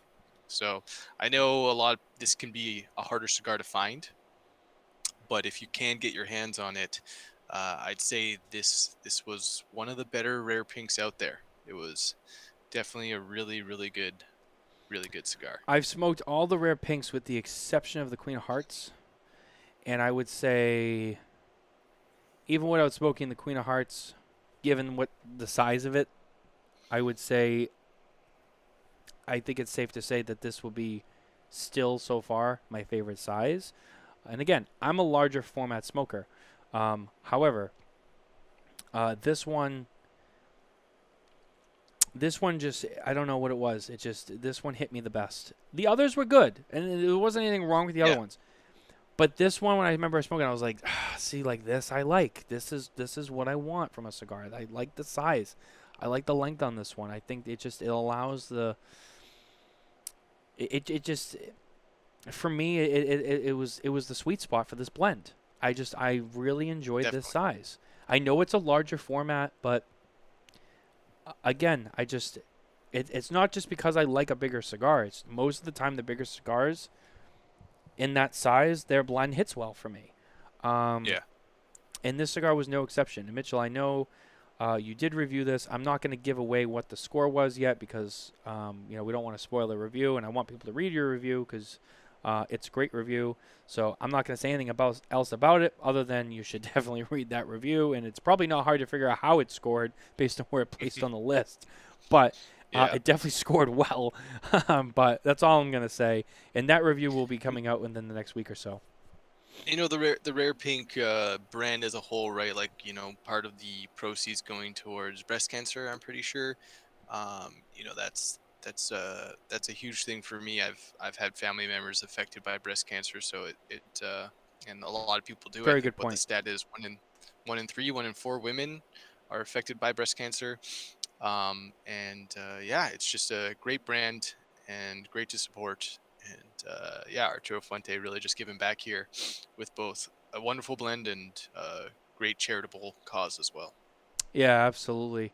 Nicole and I had the privilege of being, down in the Dominican and witnessing the magic of Fuente firsthand. And I can tell you, we saw it ourselves. It's more than just cigars for them. What they do for their community, what they do for communities outside their own, with charities, both Cigar Family Charitable Foundation and other foundations that they work with and that they donate money to and they help. And the Newmans, not a lot of people know this, but, Bobby, Eric, Drew, they go down there very frequently. They themselves, they help people in the community down there, with medical and health and stuff like that. So, again, when you talk about Fuente, J.C. Newman, it's not just because they're behind me. It's not just because, they bake great cigars. as people, I have a lot of respect for them because of just how much they do outside of the cigars they make. So I'm glad you brought that up because it's true. They do a lot. And what's funny is a lot of people in this industry give back to the communities and do charity. It's not even just them. There's Of course. so many people. A lot of people that are in this chat room that are watching from manufacturers. They all do a lot for their communities. They give so much back.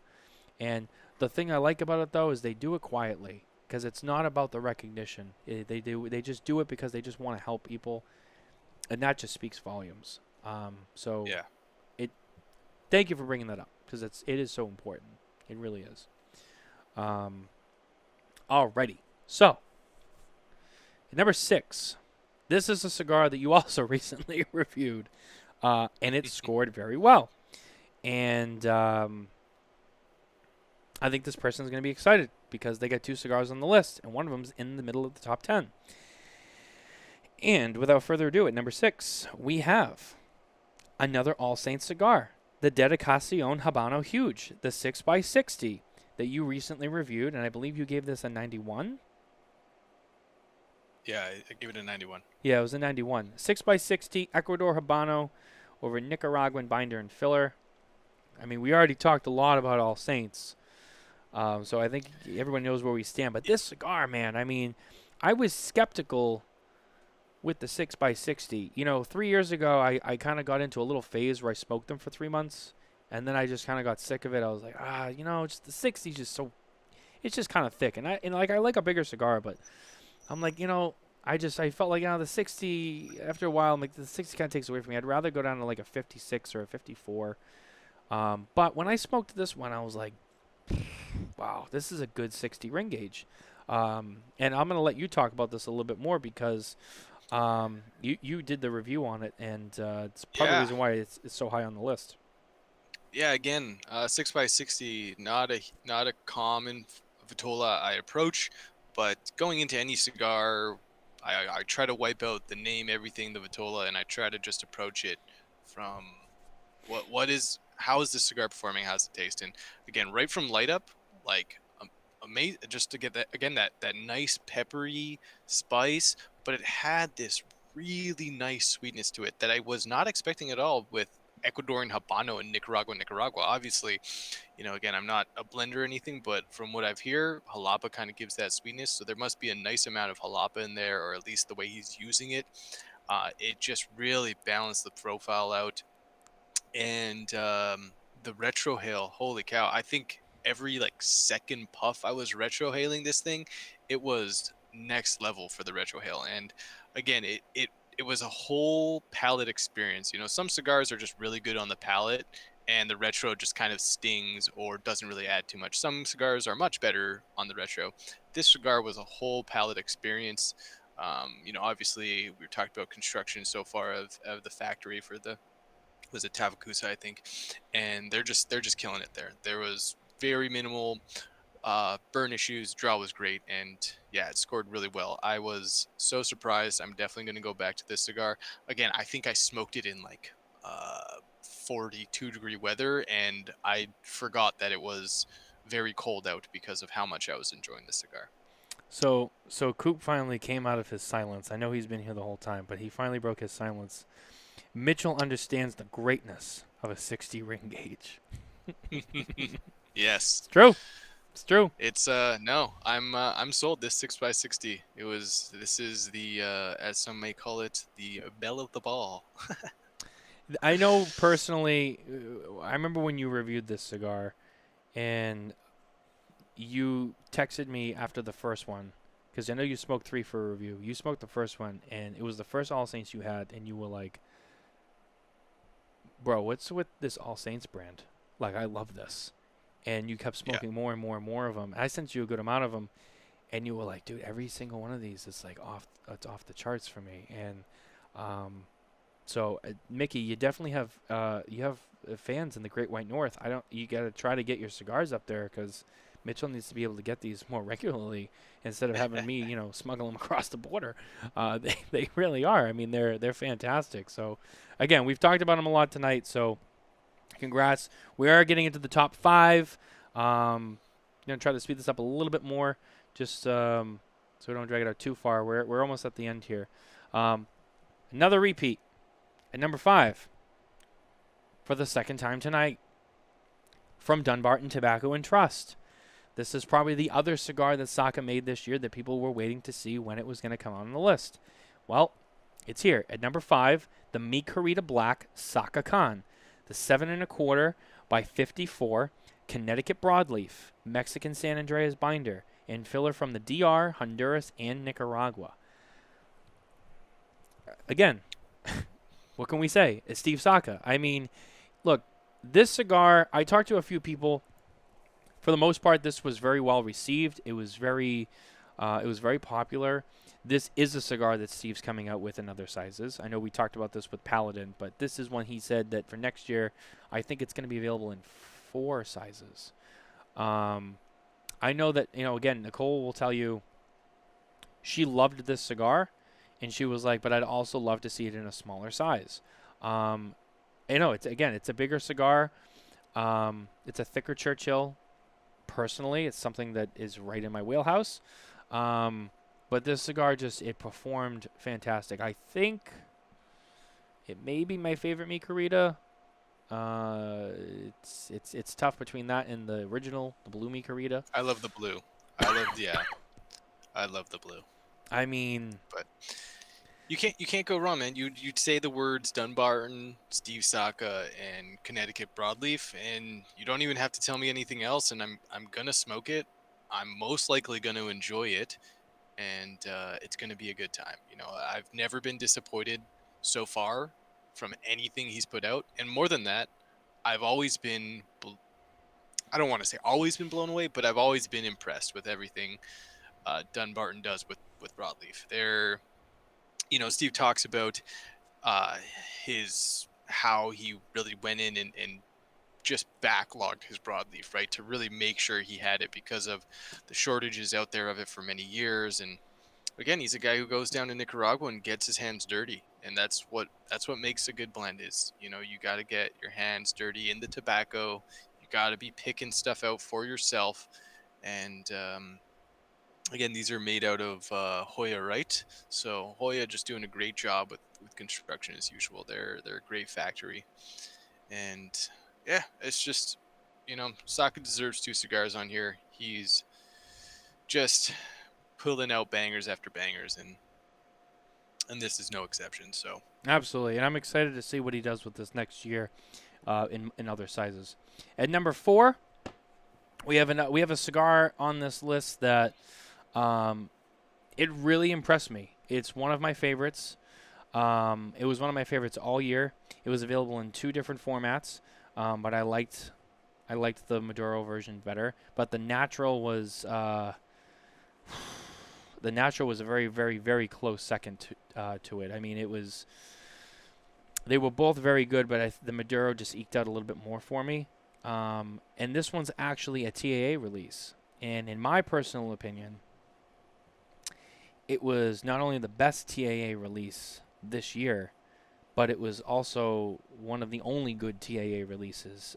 There was a lot of TAA releases that were pretty good, but this one really stood alone when you look at the TAAs. I mean, it really got me excited, and it was, again, this one almost scored a little bit higher, but I mean, I think it's pretty solid where it is. And you'll see in the top 3, it had some really tough competition. But this one really blew me away. And this one actually comes from our friends at La Flor Dominicana. This is the La Flor Dominicana 2021 Oro Tercera Edición TAA Maduro, 6.5 by 58 box press torpedo chisel. Obviously, La Flor being known for their chisel sizes. It uses Connecticut broadleaf, Dominican binder and filler with Criollo 99 that they only use in their TAA blends. If you follow along on SmokinTabacco.com, we recently put out the story that LFD has recently shipped their 2022 TAAs, once again available in natural and Maduro, and this time they are available in the Solomon size that they're also really well known for. So those have just hit the market. They're in 10-count boxes. ask your local LFD retailer for those. But yeah, I mean, this one was, Mitchell, I think you smoked a couple of these too. This cigar Yeah, was a huge banger for me, man. I loved this cigar. yeah. LFD doing great stuff. This chisel format's always really good. I found I don't know if it was just me, but those first three puffs, I felt I felt the strength right away, and I was like, oh no, am I gonna make it through this entire thing? It's strong. But so warning, it's gonna make you feel something. But I just slowed my rate down. I took a sip of whiskey, and it kind of it falls into a really really nice medium plus to full on all accounts, strength, flavor profile, everything, and it just performed again. Flavors, I didn't get, like, I was surprised to find that it was Connecticut broadleaf. I didn't get those classic Connecticut broadleaf flavors, but they were all really good flavors. I got um I find with broadleaf I get a lot more cocoa and a lot more chocolatey notes, but with this, instead of that kind of sweetness, I got that dark stewed fruit sweetness, oaky musty wood, great balance of pepper, really nice retrohale, super good cigar. Like, really really really good cigar. I was blown away. Again, people always, like you said, the TA cigars, I'd say this probably is most likely standing alone at the top, or with only a couple other people that are gonna even come close to fighting for that spot in terms of what you should get your hands on from TAA retailers. Because this is awesome. You gotta, if they're still out there, get your hands on them. But warning, have a good meal before it. Have a drink with you. Get ready, maybe some a little sugary, but the flavors are there, and through the whole thing. Like I said, to the nub. I smoked this thing to the nub. Yeah, and that chisel tip is very unique. No one else makes it. In fact, a little fun fact for you: it's the only trademarked vitola in the business, according to LFD. They're the only ones who can make it, and I think it just the dynamic of it is it changes the smoking experience. And Lido recommends actually punching the cigar. If I remember correctly, if I remember correctly, the Gomez's recommend punching one side, smoking it, and then punching the other side, and it allows the smoke to really cool off as it enters your mouth, and it just changes the entire smoking experience. I've done it that way a few times. I primarily just cut the end off and I smoke it normally, but Yeah.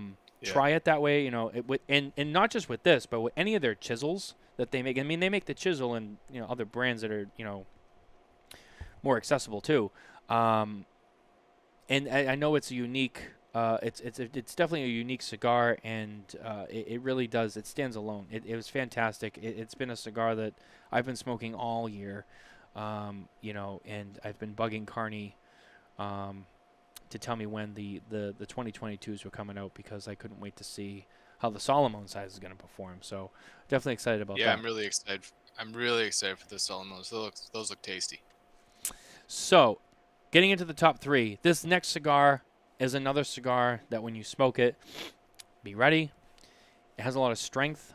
If you've smoked the original iteration of it, you'll know it was very powerful. This is a cigar that a Coop will also tell you was a strong cigar and probably the best of the three that it was available in when it came out last year. And at number 3 is the Tatuaje, the T110 Reserva, which features, again, U.S. Connecticut broadleaf. It's a 4 3/8 by 52 with Connecticut broadleaf wrapper and binder and filler from Nicaragua. So, Mitchell, earlier in the show, I mentioned to you that I had a little bit of a trend going here, and my trend was there was a good amount of Connecticut broadleaf on this list. Yeah, I've noticed that as well. I love broadleaf. It hits my palate. So yeah, it's well, like we said, these last three cigars were all U.S. Connecticut broadleaf, Yeah. and for a reason, right? It's a great wrapper, and when put into the right hands, it can shine, and it's got bold flavors, but it doesn't it but it's always got a little bit of sweetness to it, and that always balances it out. And like I said, it's about that full palate experience. And broadleaf with the right binders and fillers, you're getting that. So we actually just released a review on this cigar yesterday. You can read it at smokintabacco.com. It did score very high, obviously, including its placement on the list. This cigar was available in 3 formats. The original was available in a Habano. Last year they were reintroduced by Pete, and they came in a Habano, the Capa Especial, which was also the Sumatra, and then the Reserva, which was a Connecticut broadleaf. They were all very good. All of them were very good. But the broadleaf, I think, was my favorite. I mean, this cigar was fantastic. The construction was just right.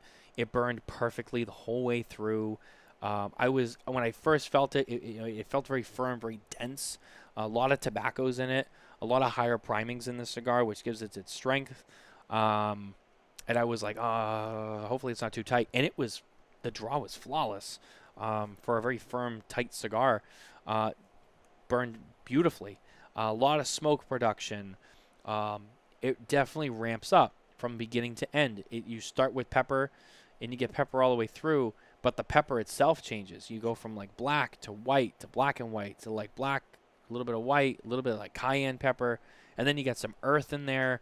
You got a little bit of plum, a little bit of that grassy barnyard on the cold draw. But when you light it, it takes off, and it ramps up the whole way through. It's a small little cigar, but it packs a punch. And I'll tell you, this was very enjoyable. I think I have one left of each of the sizes.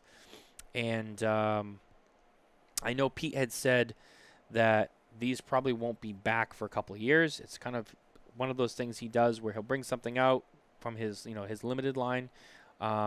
And then it goes away for a couple of years, and we'll probably see it in like another 3 to 5 years or so. So when they do come back, hopefully they come back. I'm pretty sure they will. But when and if they come back, definitely buy it. This is a box cigar. You buy the box. Don't hesitate. Don't be just buy the box. I promise you'll enjoy this, especially if you're a Tatuaje smoker. I don't have to sell you on this. And again, another factor we've talked about tonight, My Father's Cigars. Another one of the handful of the factories that, we've talked about being very consistent, very high quality stuff they've been putting out. Just again, props to Pete and everyone over there at Tatuaje. Congratulations. Number 3, definitely earned this spot. It was tough, but we get into the top 2, and the top 2, I would say the top 3 were pretty tough, but the next one's kind of a very popular cigar. It's another repeat brand that we've already talked about tonight. But this cigar, man, this one really blew me away. I've really enjoyed this cigar this year. And at number 2, once again, from Arturo Fuente. This is the Ricky Bobby cigar. So, Mickey, Arturo Fuente gets the Ricky Bobby cigar this year for an Opus X. The Opus X Forbidden 13 El Beso Prohibido, which we saw return last year. And then again this year it shipped again. It's a 5 and I can't even talk anymore. 5 and 3 quarter by 52, and this is an undisclosed blend. So obviously, wrapper's got to be. It's an Opus X, so Dominican from Chateau de la Fuente. But this cigar, I mean, there's a lot of Opus out there. There's a lot of good Opus out there. The Forbiddens for me have been my favorites. This cigar, I mean, what could we say, about Arturo Fuente? We already haven't said. But I mean, this cigar is very special. Very, very special. I know that this cigar can be very difficult to obtain. It can be very expensive, and there's a lot of retailers that really overprice these, or they don't have a lot of them. I get it, but at the end of the day, the cigar itself, I mean, it performs. It really does. It smokes very, very well. A lot of flavors. It's balanced. It's got age on it. It's a well-rounded cigar. I mean, I don't think anyone's surprised to see an Opus X on the list. I mean, that's a brand that everybody knows very well. Mitchell, I know you can obviously attest to that too. I mean, this cigar has just been one of my favorites this year. Seriously, very excited Yeah, by this cigar. you really can't go wrong with putting an Opus on a list. And they don't come out every year with new blends, right? So No, or new vitolas and stuff like that, because it is such a, it kind of originates from this idea of creating a Dominican puro and kind of having these special tobaccos being used in it. You can't expect them to just be banging new ones every year. So yeah, it's no surprise that this is hitting the list. Again, Fuente doing all that Fuente does and creating really, really nice stuff all around. So I'm sure. sorry, I had to relight I'm my sure. cigar. Oh, it's all good. But yeah, it's just props to them. Making great cigars. Once again, a cigar that's never a letdown. Most people are probably at least somewhat familiar with it. So that's number 2. But now it is the time of the night. That's why everyone's here. They want to know what number 1 is. I almost don't want to say it. I love the anticipation. This is it. After Yeah, we it's say like, it, then internet that's it. cuts out. We'll be on tomorrow's. Should we save it for tomorrow night's show? Maybe we should just wait till tomorrow night. Just make everyone stay here all night and then be like, nah, we're going to do it tomorrow. Yeah, 2 hours and then be like, oh, just kidding. We'll see you guys next week. No. We'll tell you. But no, of course, it has to be a little bit of hype, right? It's number 1. It's what everyone came for. This is going to be the cigar of the year. No, this cigar, before we say what it is, this cigar left me speechless when I smoked it. It comes from a brand that's been getting a lot of attention in the last decade. Slowly but surely has been building up its reputation. This brand is one that I think some people might be just surprised to see, but others will also just kind of be like, yeah, no, I don't. It's this is a special one. It really is, and the top, the whole list is very hard to build. The top 3 was tricky, but I will say, when it came to number 1, it was very, you put the list together and then you review it so many times and you really make sure that everything's where, you're really sure this is where you want to place it and this, that. And when you go to number 1, you almost have to go through the list and hold each one to the number 1 and be like, does this one really beat out all of these? And it was really hard to pick a cigar. Even that Opus X. I mean, look, you got people out there who are like Fuente purists. You got the Saka fans. Great fucking cigars. Just great stuff. And you hold it to this and you just go, but does it beat this? And I had a hard time saying, like, no, this one's better. No, I mean, number 1 really, really earned its spot at number 1. It was very special. So I just want to say congratulations to United Cigar. I want to say congratulations to Nelson Alfonso, because our cigar of the year this year at number 1 is the Alfonso number 4 from Selected Tobacco and Nelson Alfonso, also distributed by United Cigar. So a huge congratulations to him. A huge congratulations to Oliver Nouveau, a guy who really works hard in this business, has done an amazing job of helping Selected Tobacco earn the reputation and the recognition that it has gotten. Atabey and Byron are names that people are starting to become more familiar with for their quality, for the consistency. This year we saw the introduction of the Alfonso line, which in my opinion, if you've smoked Atabey and Byron, you're going to feel very comfortable at home with it. It's very similar. I put it between the two in terms of, kind of like where it lies as its own identity. I put it between Atabey and Byron right in the middle there. I'll be honest with you, I'm a huge fan of Atabey. The Mysticos is probably my favorite size. The Byron Grand Poema is one of my favorite cigars of all time. I consider it in my top 3 cigars of all time. The Alfonso, it left me speechless. And Yeah, Nicole, this Nicole, brand is doing amazing things. they It's really are. They really know, are. if anyone has heard Oliver talk about what Nelson is doing with the whole aging process, right? It's just amazing. And Nelson, he's willing to go out and put his family name on a cigar brand, right? So it's got to be good, and it performs. Both Oliver, Nelson, humble guys, super nice, and both working really, really, really hard to put out really good cigars, get them into the hands of people. Again, this cigar is not impossible to find. The price point is up there, but again, it's a special cigar. You're not smoking these every morning with your breakfast, unless you got a ridiculous amount of money. It's true. But they're a special cigar for special occasion, and it's well deserving of number one. Again, the Atabey line throughout the years has just gotten more and more recognition, as now the Byron's starting to come up there, and the Alfonso, I'm sure, will just be right behind. It's from top to bottom. The construction, the burn, the draw, everything is next level on all of Selected Tobacco stuff, and the flavor profiles are delicious. That's all I can say. So for those who don't know, Nelson Alfonso's aging process, and I know Oliver's here, he can chime in, but he uses aged tobaccos, he rolls them, and then he ages them again. He ages them post roll.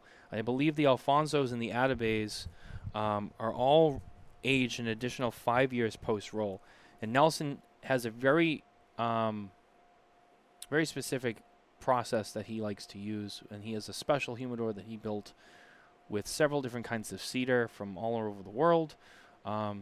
He actually sands down that humidor, I believe it's once a year, to always keep the wood fresh, the oils in the wood at the surface, to get the maximum amount into the room, into the tobacco, into the cigars. He does a ranged humidity adjustment where he goes down low. I think it's like 40, and he goes all the way up to like 70 something, I believe. And he goes up and down. And what that does is it dries the cigar out and pushes out the impurities. They fill it back up with the humidity, the moisture. The cigar, fills, and then they clear it out again. And it's that constant in and out, and they literally make that cigar breathe. And it really cleanses any impurities out of the cigar, brings it in and brings it out, and really allows it to breathe. And that's what really just mellows it out and polishes the flavor profile. Now, the difference he did with Alfonso, and as well as the new Byron 1850 that also was released this year, is he introduced a French oak into that process. And I'll tell you, it really made a difference. That flavor component with just that wood, you can almost pick it up if you know it's there. It really changed it. Especially when you start to compare it to the Atabeys and the other Byrons that have already been out. It's very different. When you smoke this, if you've smoked Atabey, if you've smoked some of the Byron, you're going to feel on par. Like it feels like the general feel of the cigar is the same, that quality and all that. But there is definitely a very specific, unique flavor profile with this cigar that you will pick up right away. And a lot of it has to do with that oak. The other thing about the cigar, too, is, as well as it's made, as well as it performs, it is perfect. It is perfect. As close to perfect as a cigar can be. You have a guy who has created a vision for this brand with its packaging, the banding, the boxes. You talk about a guy who, the guy who did all the designs for Bahique and Habanos, and he brought this to his own brands, and the vision he has, and the creative direction. Someone, I think it was you, when we had Manny Arte on the show a few weeks ago. You're like, I'd love to see the two of them do something together. Yeah. because, again, you look at number 2, the Opus X Forbidden 13. If you've seen the box that comes in, the black and the red box that looks like the 20th Opus, the 20th, the blue, or if you've seen the Opus Dubai with the green and the red and the white, those were all done by Manny. So, I mean, you're talking about the number 2 cigars. You have people making the cigars who really have a knack for making cigars, but then you also have people who have all the other aspects outside of the cigar, with the packaging and the representation of the brands and the design, and that are just some of the best in the business. I mean, there's no question about it. So, these top 2 cigars were really, really tough, but you look at them from all angles, and they're all around. They're very, they're very well put together. These cigars, they definitely earn their spots. The Alfonso really, it really stands alone. So, congratulations to everyone over there, Nelson, Oliver, everyone at United, everyone at Selected.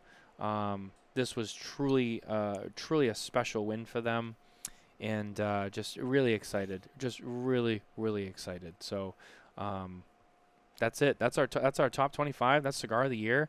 Thank you to everyone who stuck in there with us for 2 hours as we went through the entire list. Questions, comments, concerns, you can always send them to us. If you want to talk about what you thought about the list or your concerns on certain cigars, sure, send it over. We'll answer them for you. But, it just, again, it was fun. It was stressful. It was tough. It was, but that's the list. There it is. And just a huge thanks to Mitchell, too. No, yeah, thank you for bringing me on the team, and as my debut show, kind of showing what I really love to smoke this year, and kind of giving my 2 cents on this list as much as I could.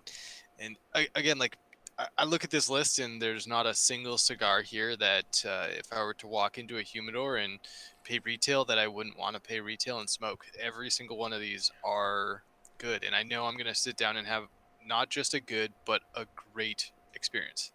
They're all worth it. They all deliver great flavor, good construction, and I'm really proud of what we put together here.